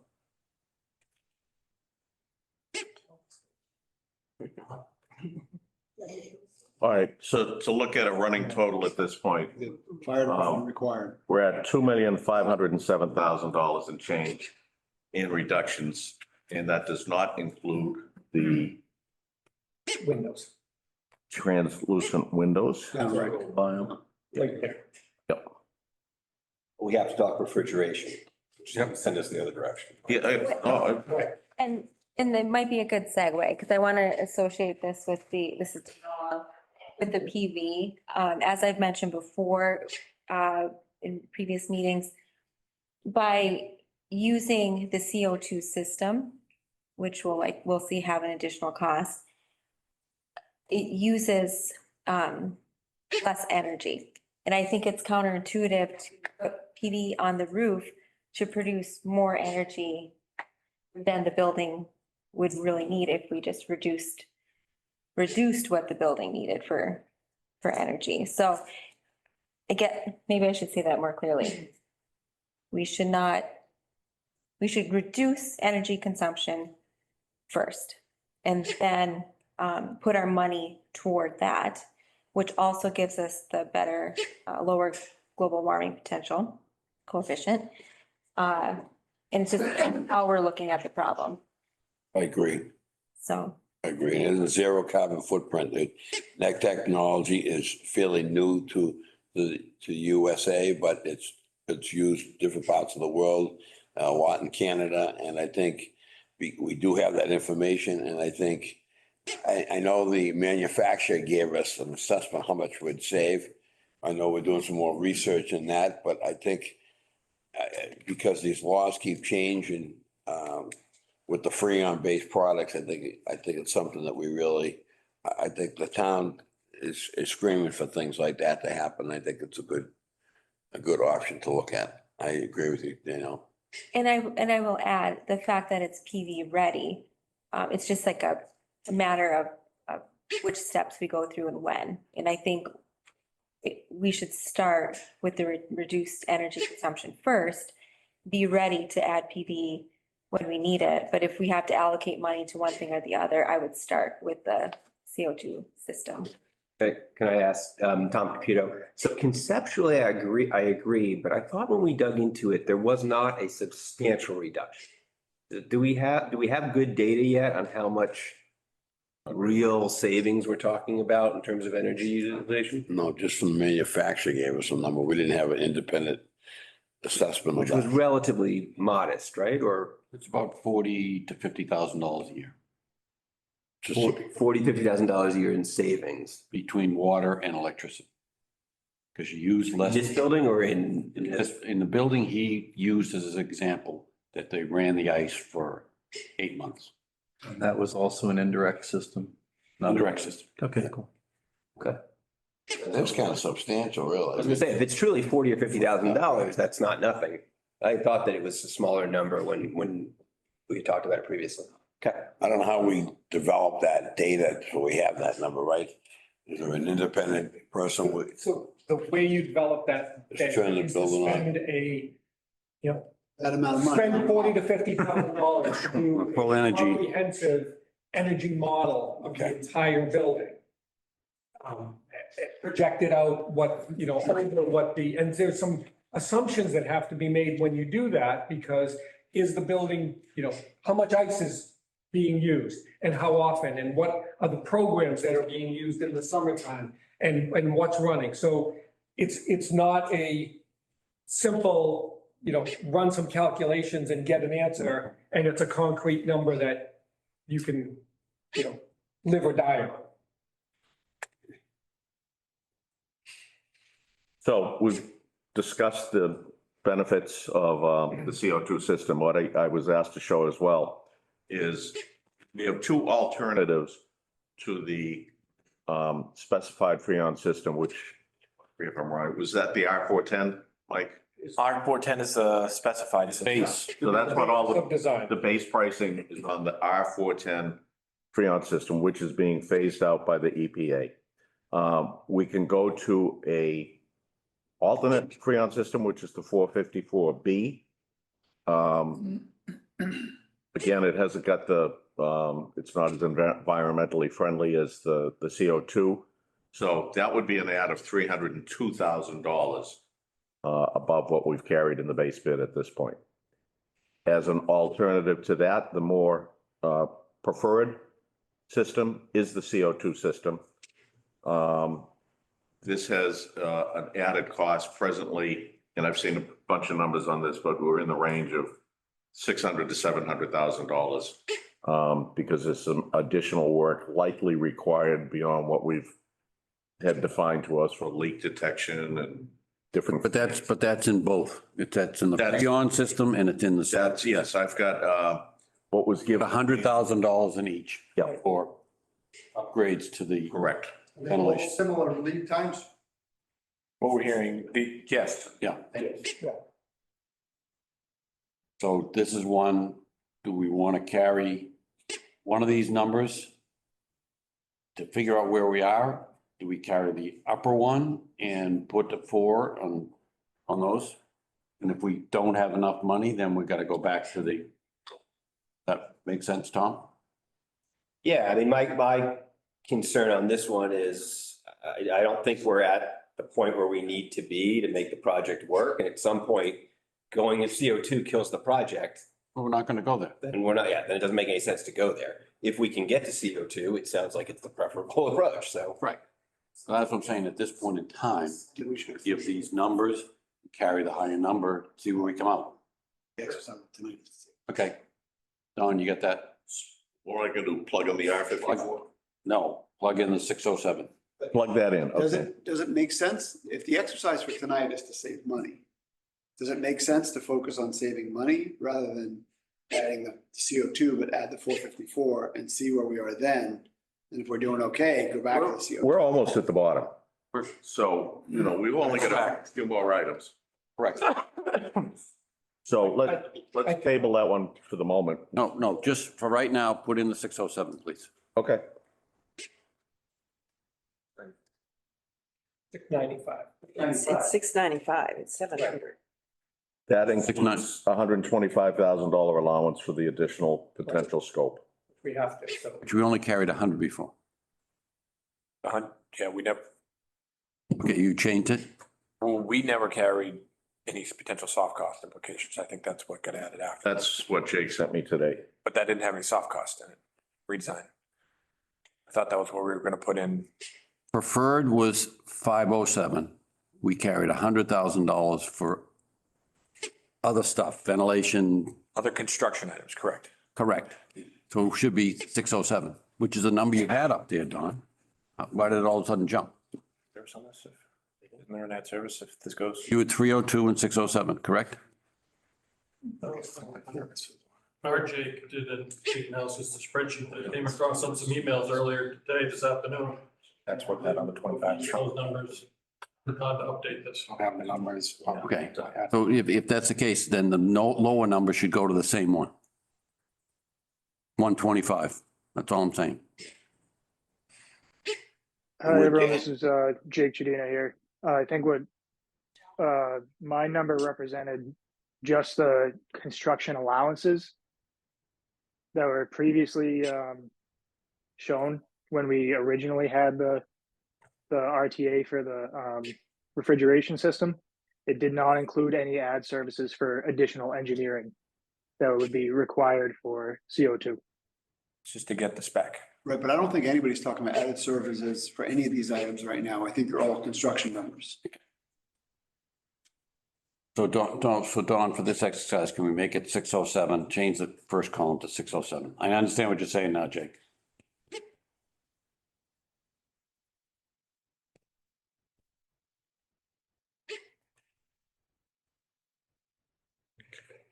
Don't make that column, add the cumulative total. I got to go back and recalculate a few things. I'm not there yet. All right, I've got a line item here, which I've listed as number 20, that we feel we are light on the amount of contingency going into the project. We've only got $1,053,000 left in contingency, and that is light historically entering a project of this nature. So I plugged in a number of $1 million Could be more, it could be less, but I think to get the project started, At this point in time, I think you've got to carry it. That's an additional, so that will give us 2053. Correct. Takes out most of the savings. Correct. Yep. We went 280. Fortunately, that's correct. Online age, really, recall. all right, we got some changes in structure. And Mike helped me break these out. We've got an area that's called the bump out on the west elevation at the front entrance from column line 3 to 2. If we brought that back in line, 3 foot wide by the length from the 2 columns, be a reduction of about 20,000. If we took that all the way to the front of the building, it'd be another $20,000 reduction. What number is that? 21. Those are 21. 1 and 22. Can we get? I guess I question that number, Mike, is that eliminates the overhang. Yeah. Right now, that's designed for cantilever 5-foot additional canopy. It's not there anymore. Down with the structure itself. And we changed the concrete because you don't have to pump out the concrete either. So the first one, I agree. You still have the jog at between 1 and 2 lines, so that still exists, and that's really the other 20,000 is really eliminating that whole jog and making it straight. But I do agree with you. This was, hey, let's take out the very small square footage of roof deck, very small square footage of slab, keeping the windows. So it's until we actually get into what that actually does to the structure supporting it and understand what this number could go up. We just based on kind of. Yeah, I mean, it's basically 5 feet by 20 feet per. Not a big area. So if we do that, 5 feet by 20 feet times 575 a square foot, we're basically 57,000 per area. So we're just working to the metrics that we have, not every component's gonna be 575 a square foot, but if we work with those metrics, those numbers would go up to those. Also, if I could add, Christian Boren, there are aesthetic implications to both of those options that would need to be studied. Eliminating the bump out between 2 and 3 and keeping it between 1 and 2, aesthetically, I think would look ridiculous. So when you have a column in the middle at column line 2. Well, that's why. Well, but I think there's more to it. There's the aesthetics, but there's also the function. I think we're making the lobby pretty narrow. The reason it was there was to be able to allow kids with hockey bags walking past each other. And even with the column, which is in line with that wall, you still have wiggle room on either side to move. When the wall is tight, it just all gets tight up in that area. I'm not saying we shouldn't do it because we don't have money to build the building, but there are implications that are bigger. So what are you saying about the overhang? What's the total cost? If you're saying how much per square and how many per square footage and how many square feet that we talking? This portion that we're talking about is the lobby. It's making the lobby narrower. And that is 575 a square foot. The overhang, I think you already took as a separate number. I don't know. Correct. Front. That's a separate number. What was the size of it, Ted? I think it's roughly 3 by 20? 5 or 6 by 20, yeah. By 5. From the column line to the outside. 570. By, yeah. 57K. So, right, that's 57K per zone that we're talking about up there that, we threw a 20 at because we don't really know. It just, that's the. Well, do we want to then split the difference in there? Could be. What's that? Could be 57 times 2. But I don't make the numbers. These guys do. Right. And now? Would this be helpful to have the visuals? It doesn't cost us. Can do? No, I don't have the visual. Have one conversation, guys. I have a visual of taking them both out. I don't have a visual for taking one out. Yeah, let's look at the visual, has them both out, and then we can explain where the. Okay. I'll stop sharing, so. Yep.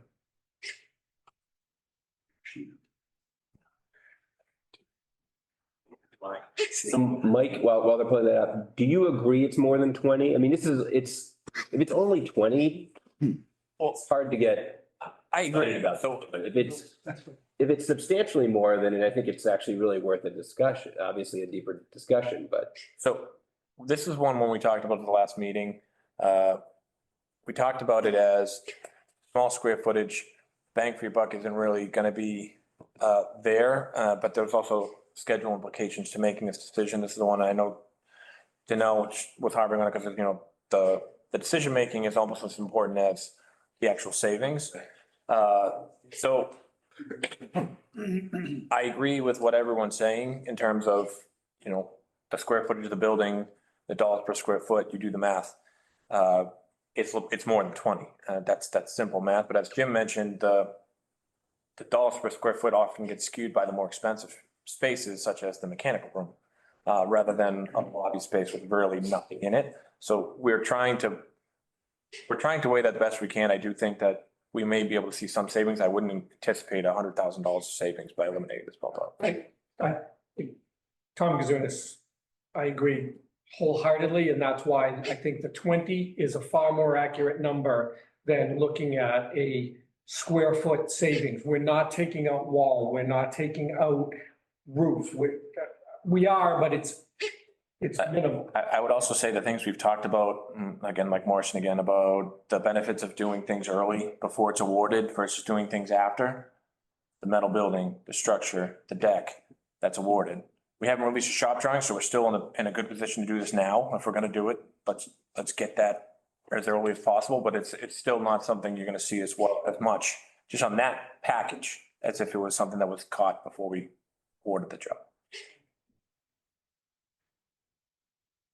Just for the sake of this discussion, how long? I've heard previously that between 2 and 3 in the shop drawing process, the cantilever condition of the roof was not fully resolved. Correct. And we may even see some implications that are costly because of that. So I would like everybody to consider that. I know it's not ideal architecturally. I like that fuller massing around the corner. It looks very nice. But I personally think that it's both a small savings and probably resolves a condition that will be tough to detail and coordinate anyway. So I personally believe we should remove the 2 to 3 bump out, but still preserve it at the 1 to 2, because we'll see it. There you go. Go ahead, point, Mark. Yeah, go ahead, Mike. This essentially is taking out from 2 all the way. If you guys at home, you want to follow the mouse, Mark? Whoever's got it. So from 2 to 3 is really from the corner of the building to the edge of this wall here. So essentially this middle building would run flat and then the jog would end up at. So That's a $20,000. That piece we think is a $20,000 savings. Right, and that's we just did simple calculations. It eliminates the roof drain, it eliminates some roofing, it eliminates roof deck, slab. That's essentially the math we did for that. You don't see that savings on the part further out, but you do see the savings in the jog and the wall and the jog and having the foundations go straight, which is a more efficient and less formal, so on and so forth. So We have two foundations in that area. Yes. Because you still have the foundation to pick up the corner of the high bay. yes, if we keep the 1 to 2, we might have that. I don't know, until we see it, we might still have something like that, but that's the thought behind the 220s is you're saving on the concrete here to eliminate the whole thing, but really here, roof drain, roofing. So just speaking to the architecture of the building, we're looking at this as 2 masses. We have the PEMB mass and then we have this self-conventional structure mass. And as they blend together in this way, it sort of fuses them together. Whereas if we lop off between the 2 and 3 column line, we're essentially just creating 2 separate masses. So I wonder if, like, again, I want to study this, but if we went from column line 1 and angled back into that back corner along the 3 line, we'd be cutting away about the same square footage maybe. And would that be the same potential cost savings, but still kind of having these 2 separate masses fusing together as we intended originally? I think they're gonna tell you it's mad. Angles. Yeah, the angle. Angles, yeah. Okay. But again, it's something that I want to study. Are we saying that the difference in price between the picture on the left and the picture on the right is $20,000 or $40,000? On that picture, it's 40. No, there's other things up. There's other stuff. Yeah. There's other stuff that's been removed. It's more- Oh, yeah, correct. Oh, so because the overhang's gone too. The arcade is gone too. It's gone, the And, wall. there's a bunch of- Yeah. At the left-hand side, Yes. we're saying that Yes. savings is 20,000. If we kept the, thank you. If we kept the overhang, how would we even make it work? We wouldn't, couldn't. I don't think we can do it. I mean, it would be very odd. Yeah. You're talking about the overhang, the canopy, the Yes, 5-foot canopy canopy. overhang. But we already took that. I don't know how to tie it to I don't even know how that's tied to the PEMB. Like, there are so many questions about this drawing for me. As Christian said, we have to study it. I don't know how we'd make it work. I mean, it would make sense in this, on the one on the right, the reduced scope, it would actually make sense to have a canopy just in front of the doors, not running back into the building, but I wouldn't even have that much glass as the IMP and the thing. It just looks weird the way it is. It's just, we were just doing it as, in Mark's words, a cartoon to kind of get the ideas across. But we haven't, there's no design on the right-hand side of any of these slides. There is no design. A PEMB engineer could have given you that building. You don't need an architect, trust me. Yeah, and to that point, I understand this is an exercise, a necessary exercise, but Anthony said he wanted to build a box. I didn't say I wanted. Yeah, what did you say? I said that's what we're gonna have to do. Yeah, and I think, how far do you compromise the building? Because we're surrounded with beautiful buildings all over the place. And this isn't an elaborate building. We did not design this. Oh my God, this is the nicest rink all over Boston. We certainly don't want to build like, a rink that the town isn't proud of. I don't think that, Muzzy, that's the challenge. Tom, Dante, I hear exactly what you're saying, and I think we're pretty close to completing this initial exercise of going through the whole list. So in the interest of time, I think we should go back to the spreadsheet, continue going through the list, and maybe we have to keep flipping back and forth between Don and Mark about because now some of these things have more aesthetic implications to them. But at least get through the entire list and see where we are, to Anthony's and to Anne Marie's point of where are we? What's the number and how close have we gotten? That's Anthony's box. I think where we are now, we had 2.5 in reductions and 1.5 of that, so we're about 1 million.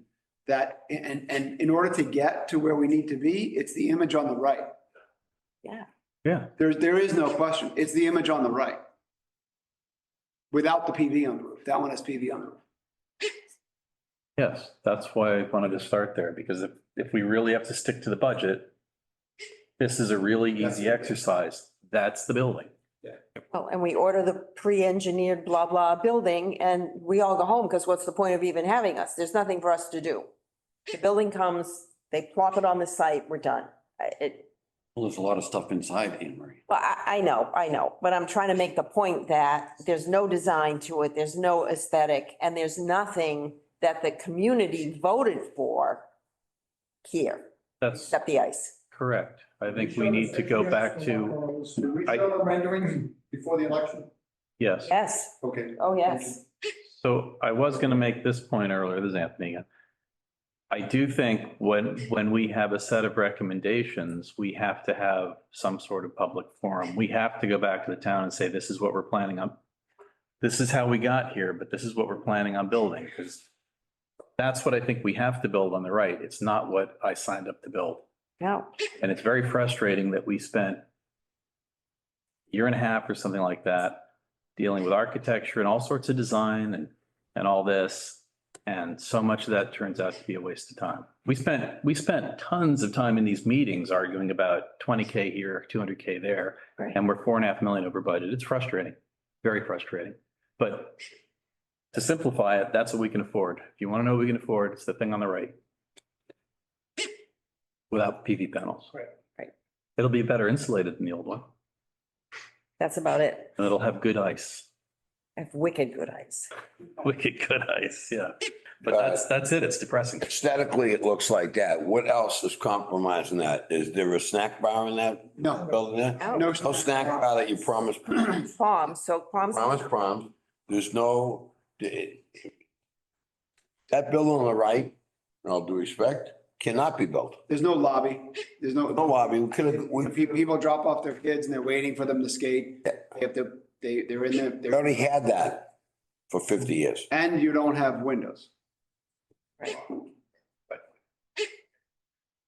Do we have to finish all the site work now? Yes, It's a planning board question. we have to do all the infrastructure, all the stormwater. No, you don't have to pave, I guess. All of it. But you gotta. And pay most of it, you gotta pay most of it to get the fire engines I in. was just gonna say, you gotta do most of it to get fire department access and universal access into the building.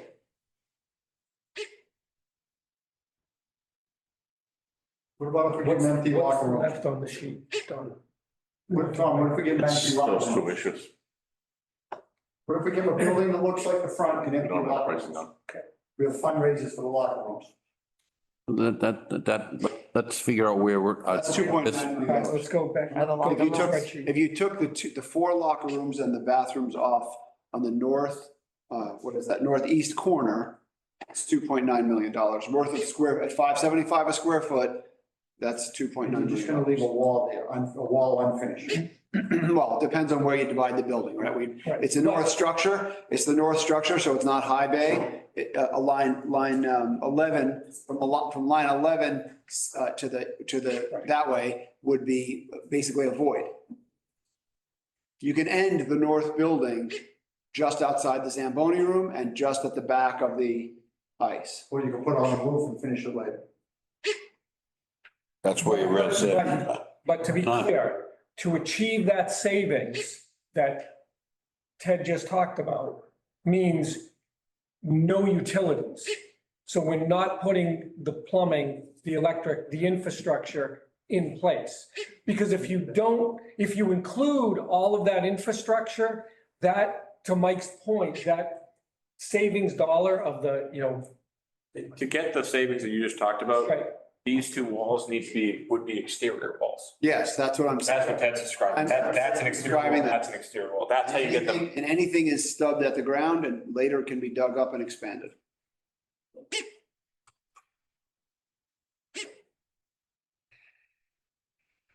Or just put those rooms in FF&E. Oh, there you go. We're all set. The challenge with that is that it is a fundamentally different building that we sold to. absolutely. And, All of you know, no, it all is, but I would say that fundamentally changes program. Right? There's a group of voters that went out there and said, hey, I don't care about ice, but I want locker rooms for the other teams. Other sports. You know, and so I think it's really, again, we have to think about everything. It's all gonna be on the table. It's a good conversation. But I think this is a challenging one. Do So, we need Tom- stands for an occupancy permit? Let me just, before we go there, Bill, just a correction. Please. Okay, because what this depicts, there's no locker rooms for hockey. There's no locker rooms. There's no locker rooms for any. There's no locker room for hockey, for Any football, sports. for track. There's no locker. It's, right. Yes, they do. There's no locker rooms for any sports. Yeah. All we have is the, There are dressing rooms that can be utilized for players to change before they go out on the ice, but there are no locker rooms for the high school sports, correct, including the hockey team. correct, But the hockey team cannot store gear in the training room. right.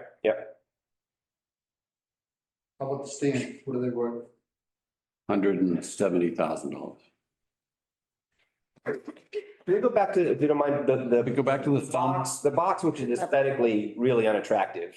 and a problem. Can we get a check of where we are on cost? How much we've taken? Sure, yeah, I want to make sure we understand if we lop that front off though, are we lopping off all of the conditioned space in the front? Yes. Yes. We're keeping the restrooms and the dressing rooms. Right. If That's what I'm saying, yeah, so the restrooms stay, the dressing rooms stay, Right. and there's a vestibule that Yes. people can walk into that's Yes. warmed. But there's no, okay, What Mark has just drawn is what. that's what I was just trying to clarify. That's what goes. How big is that area? 20 by 15, Ted? Walking in the rink, how big is that? Oh, the lobby, the vestibule? The Yes. vestibule would be about 3, 6, 9, 12. Yeah, 12 by 20. 12 by 20.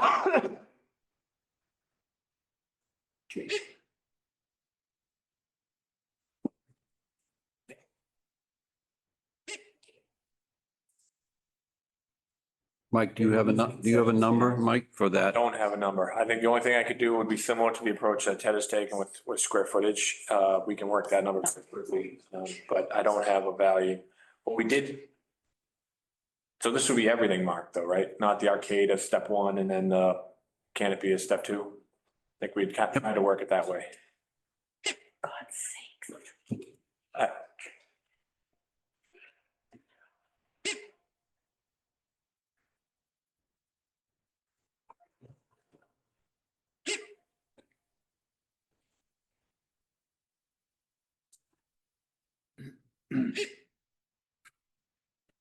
Trees in front of the box. Have someone kicked a mural?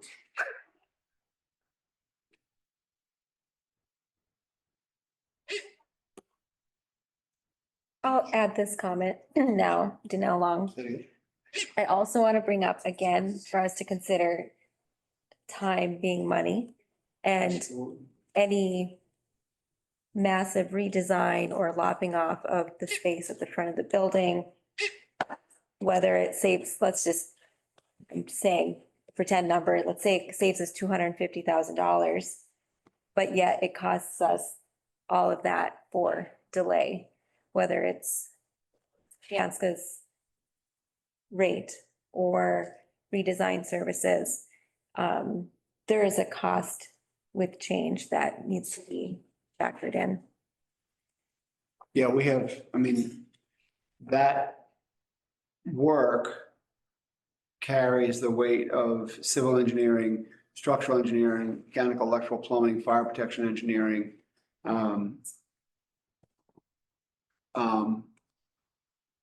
What is it called? Stormwater. Well, no, stormwater account. Maybe we probably have to go back to the planning board. We probably have to go back to the planning board on any of these changes, actually. And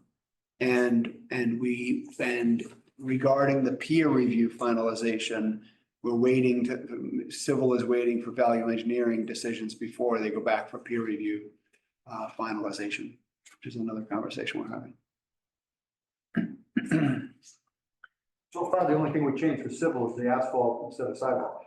Yes, Yeah. but if we take all of this No, I apart, got it. If we hit the structure, it's gonna change. but even taking the knee wall out, I got to regrade between the arcade and the outside. They're different. It's minor, but Okay, so what I've done in my Blue Beam super skill is the lobby is a little over 1,000 square feet.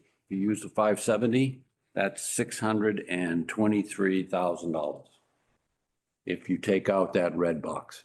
But Mark, I'm gonna jump in right away. I don't think that's accurate because if we use the same square footage rate we were given for the 2 to 3 line at being about $250 a square feet for the $20,000 savings, you do that 1,000 square feet times 250, what Skanska's estimating for us, and that's only like a $260,000 savings. It's that kind of like pennies on the dollar. I'm sorry, at this point, we go through these exercises and we never see like the full recouped value of what that space is. So I just wouldn't believe that it's a $500,000 savings. I think it'd be a higher unit price than else on what, because you're getting rid of glass. You're getting rid of additional features. You got more MEP, FP. in that space, so. Yeah, So maybe it's, just an open space. maybe it's that we 350. discussed. Maybe it's Yeah. 350. Yeah. I don't think it's the 250, but I don't think it's the 575 either. Hmm. We did the same exercise right before this meeting that came up with the same conclusion. That number, just doing the square foot, Doesn't. don't have a lot of confidence in just the square foot number until you do the exercise. They just, never mind. So I think it's just, not fair to us in making that decision, or it's not, I think we just need to be, realistic about what that number is. And so then let's settle at $350,000, and then the design time and leads to schedule increased impact, Cost for these guys. it's, lose that, it's probably gonna only save us $100,000. So just kind of gut instinct, but But then we don't have a project. So Don, I don't. Really think what we we're have a saying is we don't have a project anyway. Yeah, up to date. yeah. I'm sorry? We have a sum. Yeah, can you stop sharing and I can pull it up again?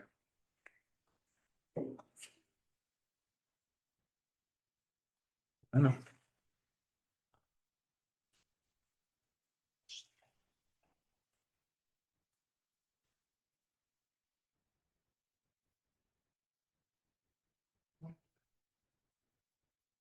All right, through item 22 here, with the ads and the deducts all factored in, we're at a reduction of 940,888.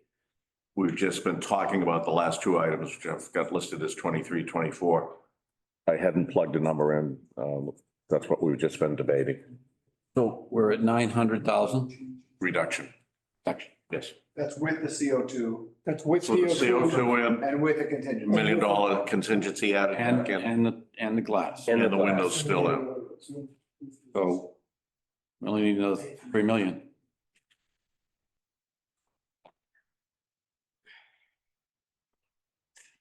I mean, But even I if didn't you, hear, we're gonna get 3 million out of the rest of the cuts. I heard 40,000 and maybe 350 and then the 750. Pat, Bruce, when you were at this impasse, you said you did a project and you were X amount of dollars over the, how did you guys handle that? You cut some things back, but when there was no more to cut and you got the thing down and made a good effort to cut it down, what did you do then? Depends on. Pick one. Wellington. Oh, Wellington, we got there. We lost some things. We locked off some of the building. We lost things. But as I say, in that particular case, we had an architect who perhaps was a bit fancier than we had expected. So just by changing materials, we achieved significant savings. It was an architect who designed all windows to be different sizes. Every acoustic panel was built. Remember that, Mark? I mean, it was crazy. So just by making the things the same size, the acoustic panels is a very simple one in the corridor, we got a huge savings in that, just because before each one was being custom cut. So yes, that's partially how we did Wellington. At Windbrook and Burbank, we didn't, and we went way over. It was a nightmare. You don't ever want to do that. But you went back to town meeting for additional money. Not on Wellington. No, I'm talking Windbrook Oh, Burbank. God, yes. That's what I'm saying. It was a nightmare. Yeah, no, they went back for additional millions. 3 times. To make that happen, because I remember. That might be something that you're gonna have to do, because there's some really tough decisions. I'm willing to compromise on a few of them, like that lobby area there. I mean, from the one we saw on the right to the lobby area there, that just doesn't make a lot of sense to me. not only that, but even if you went all the way back to the obsolete refrigerant, you can't get rid of the contingency. Yeah, we need to add that million in contingency anyway. But even if you went all the way back to the obsolete refrigerant, and even if you eliminated the lobby, we still don't get to where we need to be. Right, exactly. So there is no project unless there's more money. That's the bottom line. And if we're going to ask for more money, by the way, my vote is to ask for money for a decent building and not a box. Mark, Catherine Oates has her hand raised. Catherine? Thanks. I will just say, Anthony just said exactly what I was gonna say, which is, let's really consider what, I wanted to know a little bit better about the next step. If, we can't make up that number, what is that next step? And how do we quickly come to agreement on the number that we would want to ask for?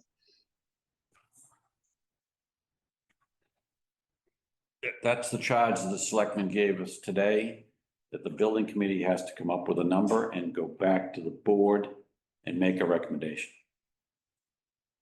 And cutting $900,000 is not gonna make it. Tom and Dante, you at the meeting? That's not gonna fly. I think we have to make some tougher decisions, but we know that we're not gonna get to that big number that we want to get to, but we've got to find some common ground here that we're gonna have to compromise, I think. What is more important, the window, lobby, if you can't have both, or can you scale it down? I mean, I think you're gonna have to bring that number up to, I don't know what the magic number is, but it's not 900,000. I agree. We're gonna have to go back to town meeting, it appears. I think the question though is what would get, remember, 2/3 of town meeting members. 2/3 vote if we actually raise the borrowing to approve a project. And, I have some faith in town meeting that, there would be support if we've shown substantial progress and we really are making a good faith effort. But I mean, I have some skepticism. I think this thing, the original vote only passed, 55% to 45% or something like that. So, this is one where if we're not putting something, I think, in front of town meeting that is really the absolute need, I think it's going to struggle. And Did we pull the arcade out? That 940 doesn't include pulling out the arcade. Correct. We didn't talk about that one. So what other ones did we not talk about yet? So the committee can understand, like Anne Marie and others who have said they haven't seen these yet. Like, let's talk about those numbers. Like, what is the arcade value? That was, Don, we have the arcade in here somewhere. You call it, we did. We looked at it this afternoon. You called it the plaza. And I did call it the arcade. Oh, I've got it listed, but I don't have a price yet. we had Oh, a, it's right there. Provide first. Yeah, that's number 23. 23. But we didn't pull it out. Didn't you have? We don't have a number to pull up. Okay. it was, we had a number for that one. It was 175 was for the removal of just the arcade. And then. Put that on. Can you put that in? Line 3, setting the 75. green event, line 2 to line 3 was another one. We get a number for that. Yeah, we didn't have a number for that one, but we did talk about that. But those are pieces that the rest of the committee needs to understand. Yeah, I think We're in the dark here.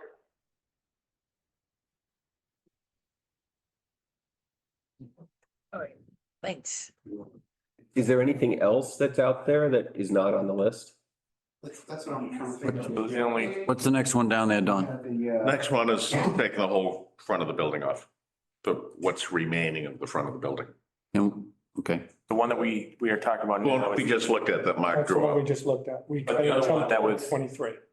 That was talked about at one point in some discussions was taking the high bay barn, Moving it back to line 3. moving it back to line 3.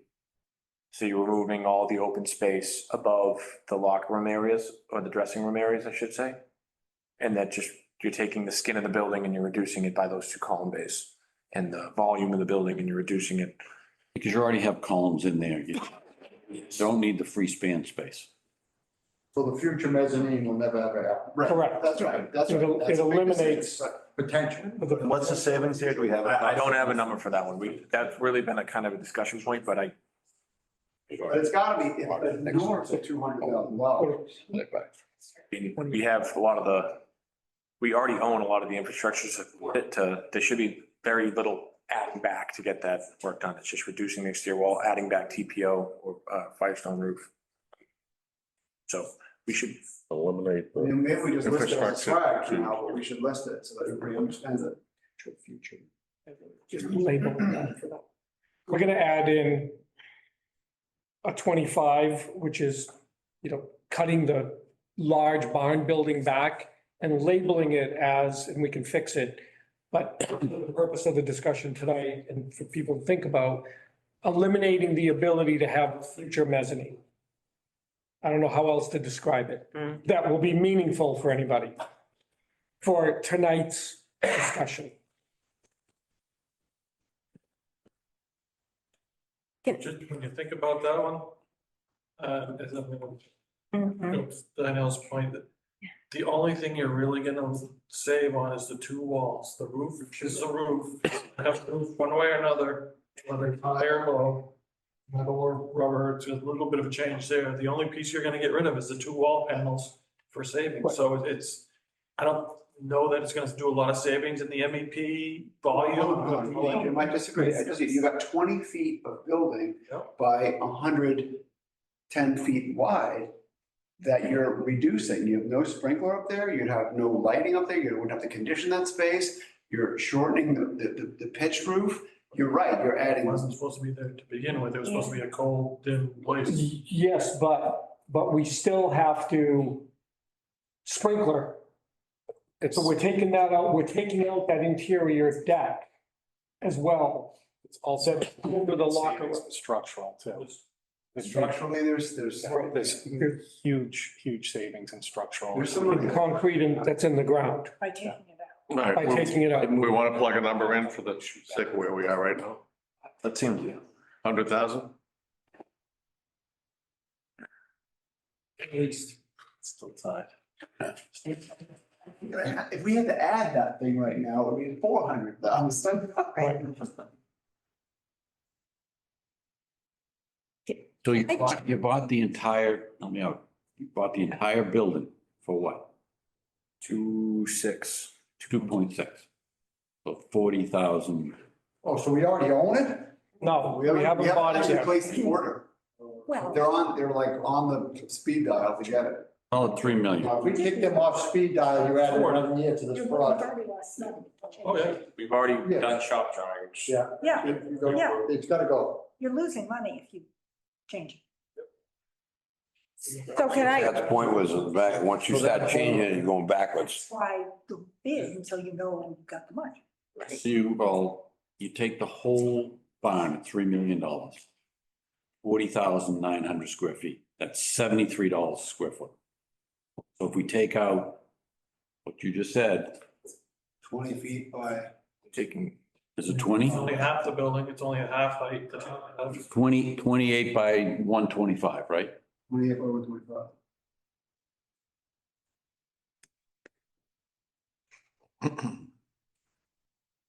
$250,000. You added a roof on the lower level. Cut it in half because it's only half. Jim, But then you got the mechanicals that are going in. Yeah. 200 is the right number. I agree.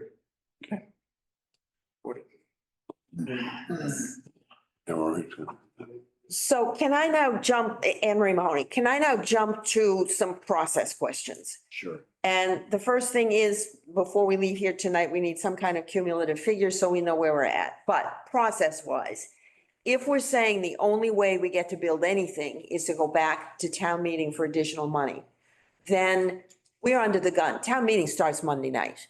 Correct. So we're looking at a special town meeting in the June session, May 22nd. May 22nd. We're not meeting May 22nd. Town meeting's not. Town meeting's not meeting May 22nd. You mean June, right? 29th. This Yeah, morning, they this morning. told us the 22nd today. 21st. Somebody's smoking something because we've all been notified that it's Monday and Wednesday next week. That's it. And then it jumps to the June session, Memorial Day week, which starts the week of Memorial Day, which is around, 29th, It Wednesday. begins on the 29th. Thank you. yeah. So, well, anyway, so, Late May, right? I think there's some speculation. all right, speculation is. Special would be exactly called or what date. wouldn't be called, but it would call it late May, right? But you're looking at another month before we have any idea where we're at. And then what are our limits on what we can ask for? I think there's limits as to the percent of the overall project, the debt exclusion that we can go after. We can't ask for another 20 million is what I'm trying to say. There are limits there. What are they? So there's a lot of questions that need to be answered very, very quickly. And does another month give us enough time to order the building, or are we going back to the end of the line? In which case, everybody needs to know that because now we're into a third school year. No, we're not sure in the third school year, but if we did what you just described, we probably don't get a building till September. Right, Supposed to June. right. Which might not be a huge deal from a program perspective, but it does have additional general conditions and other costs of 3 months of extension. And that whole, like Morris, again, that whole process we just discussed has to get kicked off, where in order for us to actually start the process of getting shop drawings created with this new design, you know, the decisions are made, that goes to Ted and his team, they produce their scope, that comes back to us, and then we start so it's how quick can we get back in the queue is really gonna determine if September is even the right day. But everyone is not going to be just sitting on their heels, not doing anything. No, Based on the votes that this committee takes at the end of this exercise, whether that's by Friday afternoon or whenever, then the design team is going to move forward with all of that. Right, Assuming, and it's a big assumption and a big risk, but assuming that town meeting would accept the recommendations of the committee. correct. And that's a big if. Understood, but we can't just wait. No, I agree, totally agree. But I mean, there's a political ramifications to this. Now we're moving beyond an ice rink to the politics of this project, asking for more money, et cetera, et cetera. Some of those votes, Anne Marie, listening today, were might be just straight majority, some are 2/3. Correct. We're trying to figure out how to do it with just majority, because they don't think they'll get 2/3. And Frank French, if I could just say something quickly, do we have a cost up to date, like minus the demo and anything that would have had to have happened to get the site sitting where it is now? Just as something I think we should know how much we've spent on design and soft costs and overhead and carrying costs. So if we're going to the town, you know, there's already so much, you know, invested in it that there's no, theoretically would be no return on if we don't have the project. So that should be something that would need to be socialized at the right time. And just while I'm talking, I think we do have to make some significant challenging cuts, and I think we're on the right track. And it seems as if we do need to go back to town meeting for some sum of money. But I think to your point, Tom, like we're really going to have to take a good hack at it. Unfortunately, I think none of us really want to, but you know, I think it's going to be some hybrid of going back to the town and making some difficult decisions to get, you know, the politics on board to continue to approve whatever sum of money we need to finish the project, to do the project. So Anne Marie, to answer your question, I don't know if people see it, but All right, it's column I, row, I think it's going across correctly, 75. Don, can you highlight that cell, just the one that's in green there, the last, yeah.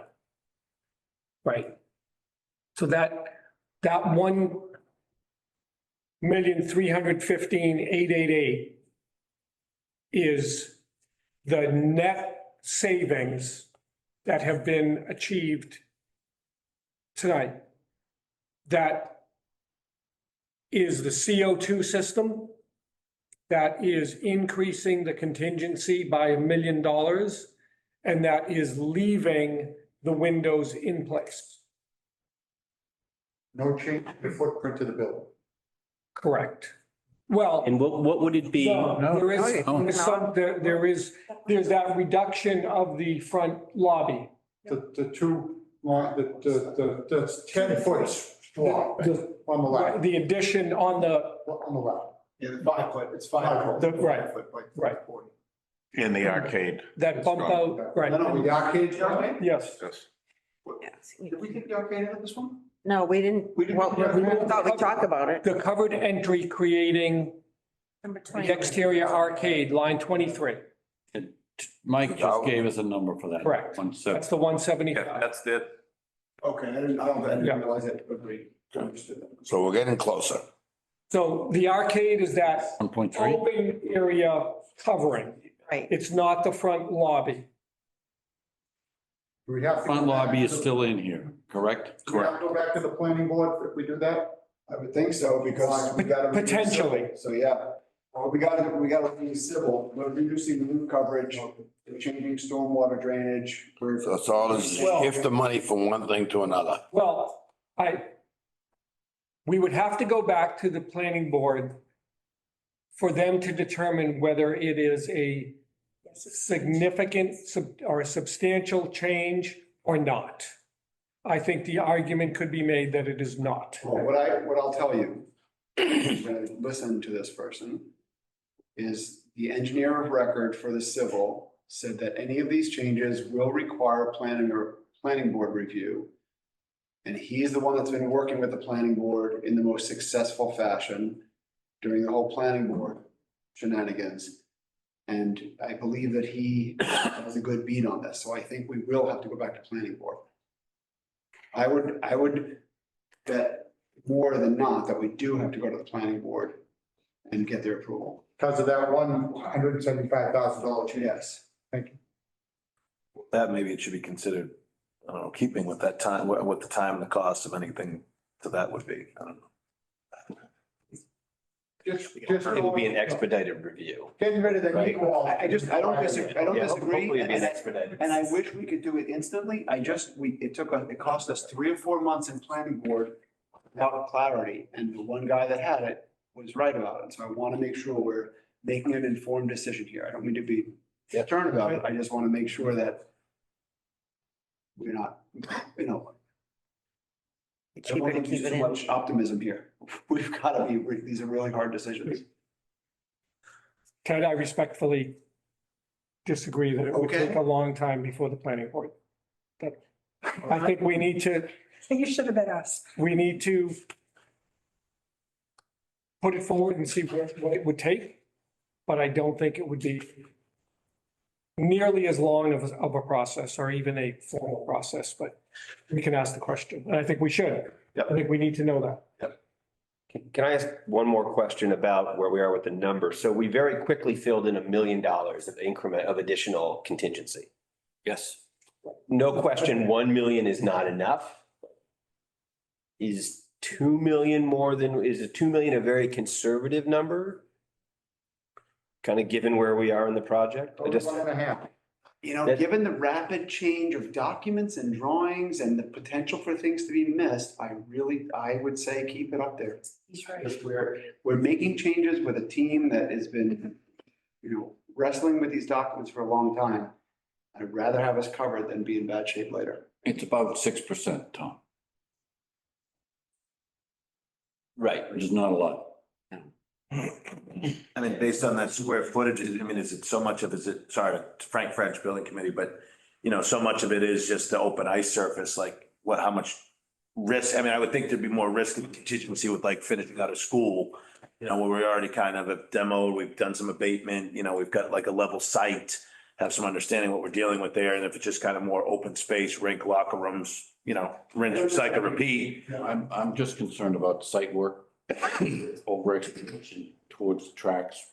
Yeah. We gotta go down 6-7 feet to get to natural soils. Sure. That's soil disposal.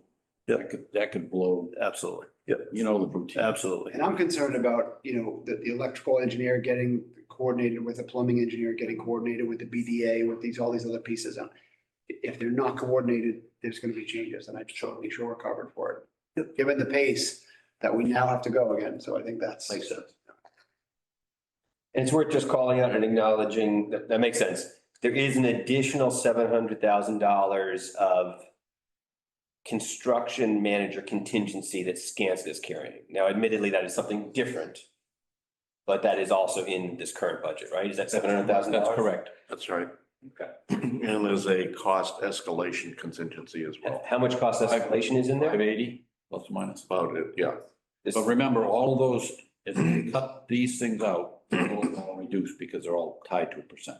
Right, they're all, yeah, so that's worth calling out, but okay, but that's, so obviously we haven't bid these, but that escalation, I don't know, is that the right number? 580, maybe it is. But again, I think all these are big numbers that even if we were arguing about $20,000 here, you can look at the escalation and say, take 100 off of that, and we just got 5 You used a lobbies. percentage, right? Yeah, we used a percentage midpoint, but if I could just kind of add an example based on discussions we had this week. We've talked about some of the clarifications last week of the wall heights and making it consistent around the building. So we have, and the brick shelf getting reduced. So we have concrete. Eliminated, yep. We have concrete where we previously had bidders, we had an RTA, and now we're going back out to the bidders we have and saying, hey, take a look at these changes, update your pricing, because this is a reduction and we want to make sure we get the best of final before we sign up a subcontractor. They're looking at it and they're telling me, okay, May 15th, insulation is going up 10%. So that right now, the insulation underneath the building is going to increase. Now, that's a $70,000 number. We're talking about $7,000. It's not the end of the world, but you take that and you add that logic to any package we keep pushing out. That's the escalation we're talking about. And we're talking about looking at the escalation value, but then we're also talking about maybe not potentially bidding this till after a series of VE efforts. So now we're going out further. So it's just, I would just caution reducing the escalation value until we have a better handle on the bid timing and. Agreed.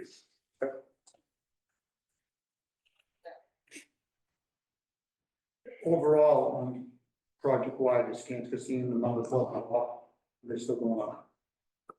You're Going to jump in and say on the positive side, I think the numbers we have are probably gonna be good or safer.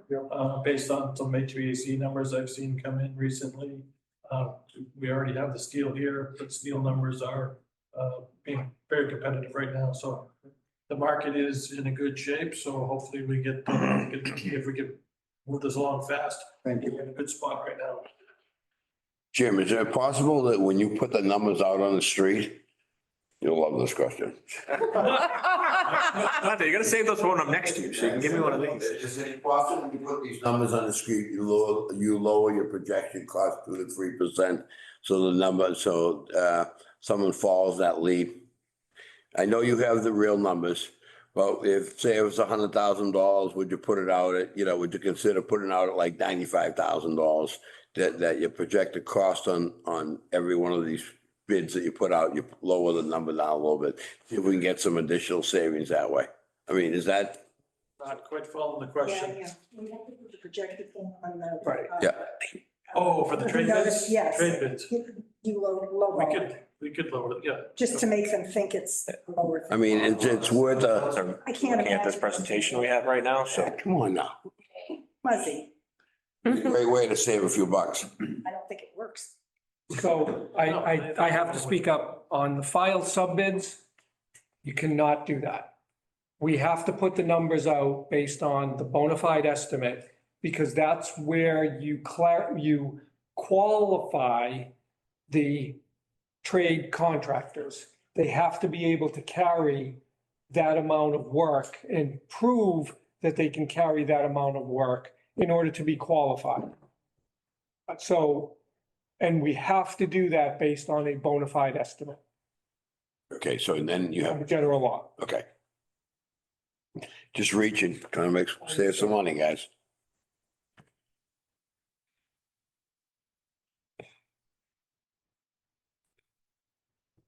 What else? So, I'll entertain a motion to adjourn and go and sleep on it, and we pick it up tomorrow, but we still got a long way to go if we're gonna get to 4 million.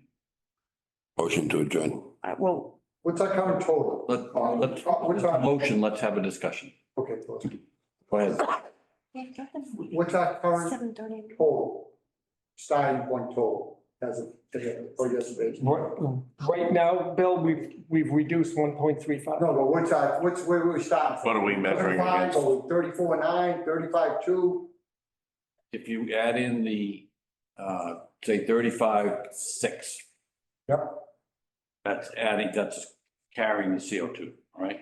So 35 without CO2, because the CO2. Well, a reconciled number based on Skanska set of numbers before any changes, 34,321,954. I've got it shown right here. Okay.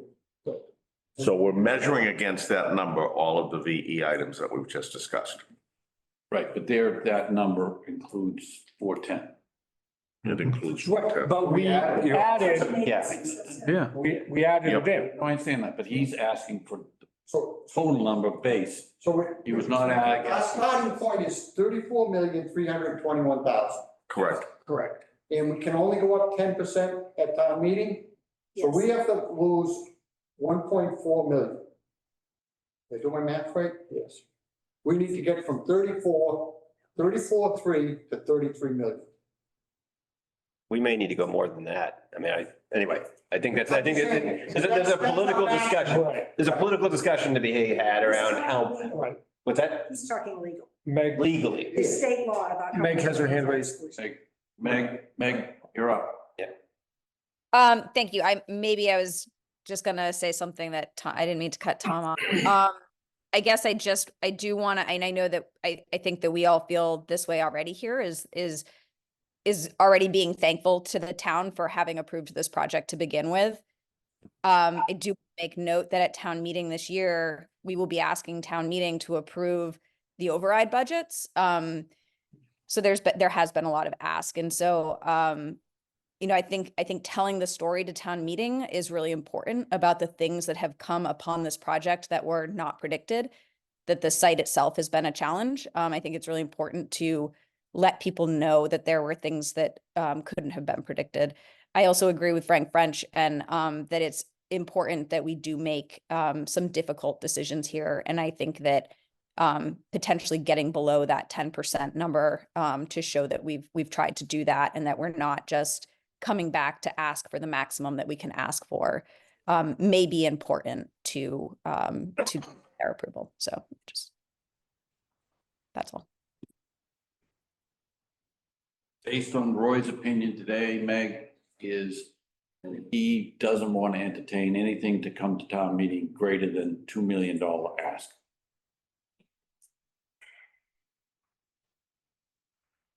So the only two items left that we can look at are moving the building back from column line 3 to line 2 and getting rid of the lobby. Those are the only two unturned stones. If we're accepting the wall going away, the arcade going away, reducing the lobby size on the east side, those are the only two items left. I'd like to. And windows. And contingent. I would like to ask Skanska to give us a number for leaving the roof structure here, but taking out the walls and just the interior fit out. Nobody sees your screen. Can't see you. Well, never mind. The locker rooms. Okay. So under slab. But it would become a 4. Now you can build it again, or you get fundraising as we're going to maybe build out the lot. And you're gonna just rough plumbing it in, that's all. Rough plumbing probably. Yeah. That makes sense? Yes. So if you lop off the roof, you're not gonna get much. The other one, Ted, and it could be rearranging these things a little bit. The locker rooms are 3,600 square feet, almost 3,700 square feet. The storage and the like is almost 1,700 square feet. That's all I'm saying. No. The storage room and this area to the west, this is all storage. You can. Back up. That's Put that on the 17. screen. Take out the walls. Just before Dawn stops sharing, what we've done in row 78, highlighted in gray, the net adjusted cost after the VE, that up and down that we've taken, we're at 33, realistically, let's call it, we're at $33 million.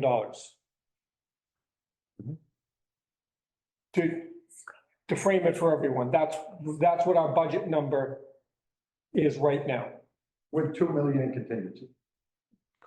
You're gonna need it. That's the 2 million in contingency, and that is with CO2. Okay. Does that, Frank French, Building Committee, does that number include like the contingent percentages that roll on, like those deducts that we took? I think. No, it does not. That's a good. I will say that the values at the top of the screen, so when we gave our estimate, the back of our estimate had You rolled your. almost all of no, a good chunk of these were included in that. The day one items were included. The values we provided, Don, those had our markups in it. Okay. So Those were Frank, full credit. Those were not, full credit. but the other ones, the ones that are more square foot cost, we're just taking the direct cost, those.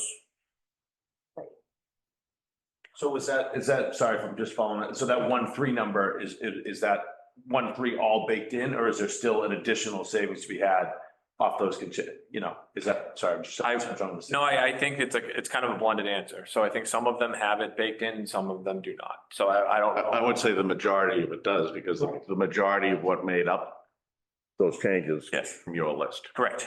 But I also think that, hopefully, when we actually dig into these options and we say, yes, we're going here, and we put them on paper, there's more, I know there's always a chance to have things come back in, and I can just hear it coming before I say this, but there are also things like the foundations and the drains that we talked about that we just took brick and took them out. So as we develop these, there might be more. We hope there's more, and we're gonna look for more, I guess is the point. We should not bank on more. We should not bank on there being more when we buy it. No, and the other thing I just wanted to highlight as part of this discussion, is just overall schedule. We've hit on it a couple times. Our schedules that we've updated last week were, we're trying to push for the metal building. We're trying to push to keep this on track. I think the priority has kind of shifted to when we can actually get authorization to proceed with some of these next scopes. And I think we're now operating under the assumption that authorization isn't going to be provided till after a decision in June. Is that correct, Mark? Yeah. So I would clarify that to be the recommendation from this committee is going to go to Select board. Monday-ish. And at the same time, starting next week, Ted's gonna work out a schedule of whatever is decided, how long that's gonna take. He's gonna start going, and that timeline hopefully aligns with the town meeting, getting whatever vote happens there, so that things are ready for us to hit the ground with bidding documents at the same time as the vote happens in June somewhat 1st. close June 1st. to the end of May. Yep. So June 1st for things like concrete, site work. We'll have to update our schedule to Correct. base on that assumption and say, here's where we think we're gonna land.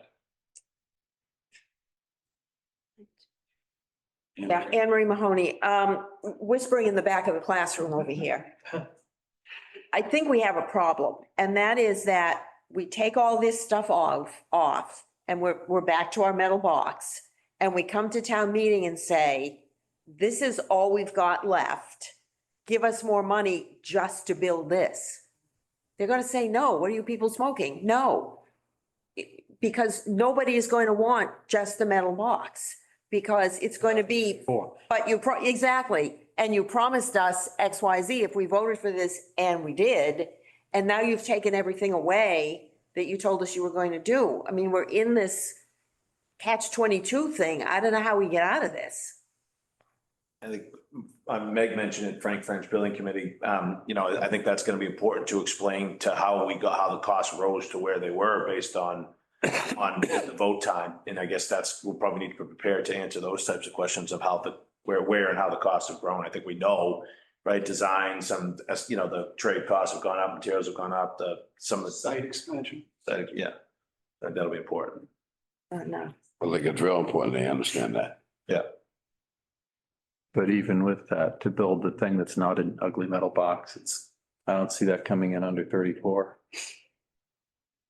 So Struggling to get it at 34 if it's ugly. I mean, the only thing I really see right now is you take out the windows, you go back to the R451 or whatever, you get another 600, but that's still not where you want to be. That's certainly not enough savings to put the front of the building back on.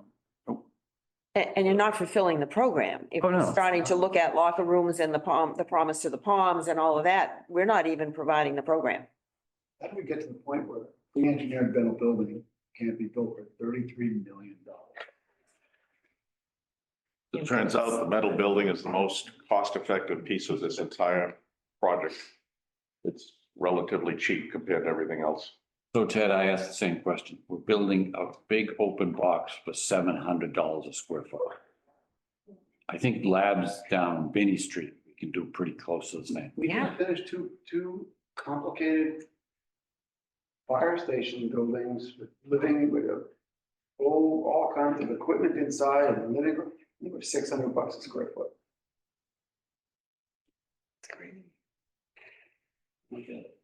And maybe that, Jim, is the discussion that committee and some of the smaller group could have with you and Skanska to look at some of the unit costs. Because there are some big ones that we have in here that, like electrical, is just, I will say Skanska's estimate and reconciling this then. oh, no, Estimated. So I think so too, is, but, you know. we're in the right ballpark. Yep. So yeah, all numbers can go up or down a little bit, but it's an estimate and so we go out to the street, we won't have the final. And, you know, we took the time and did a second estimate in order to verify that those assumptions and those numbers are accurate. I understand that. I'm just trying to get to, I'm saying for the you public. know, you take the electrical, $82 a square foot. Pre-engineered metal building is only the 71, 72. So you're getting the whole building for less than you're getting the electrical. The ice package is like 74. So, you know, you start adding all of these things All up. systems. Yeah. Systems are. The systems. In the site or the cost, not the building.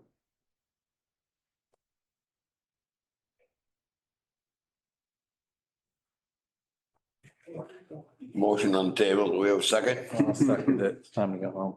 Yep. All in favor? All right. See, you all tomorrow morning at 7:30? Meeting is adjourned.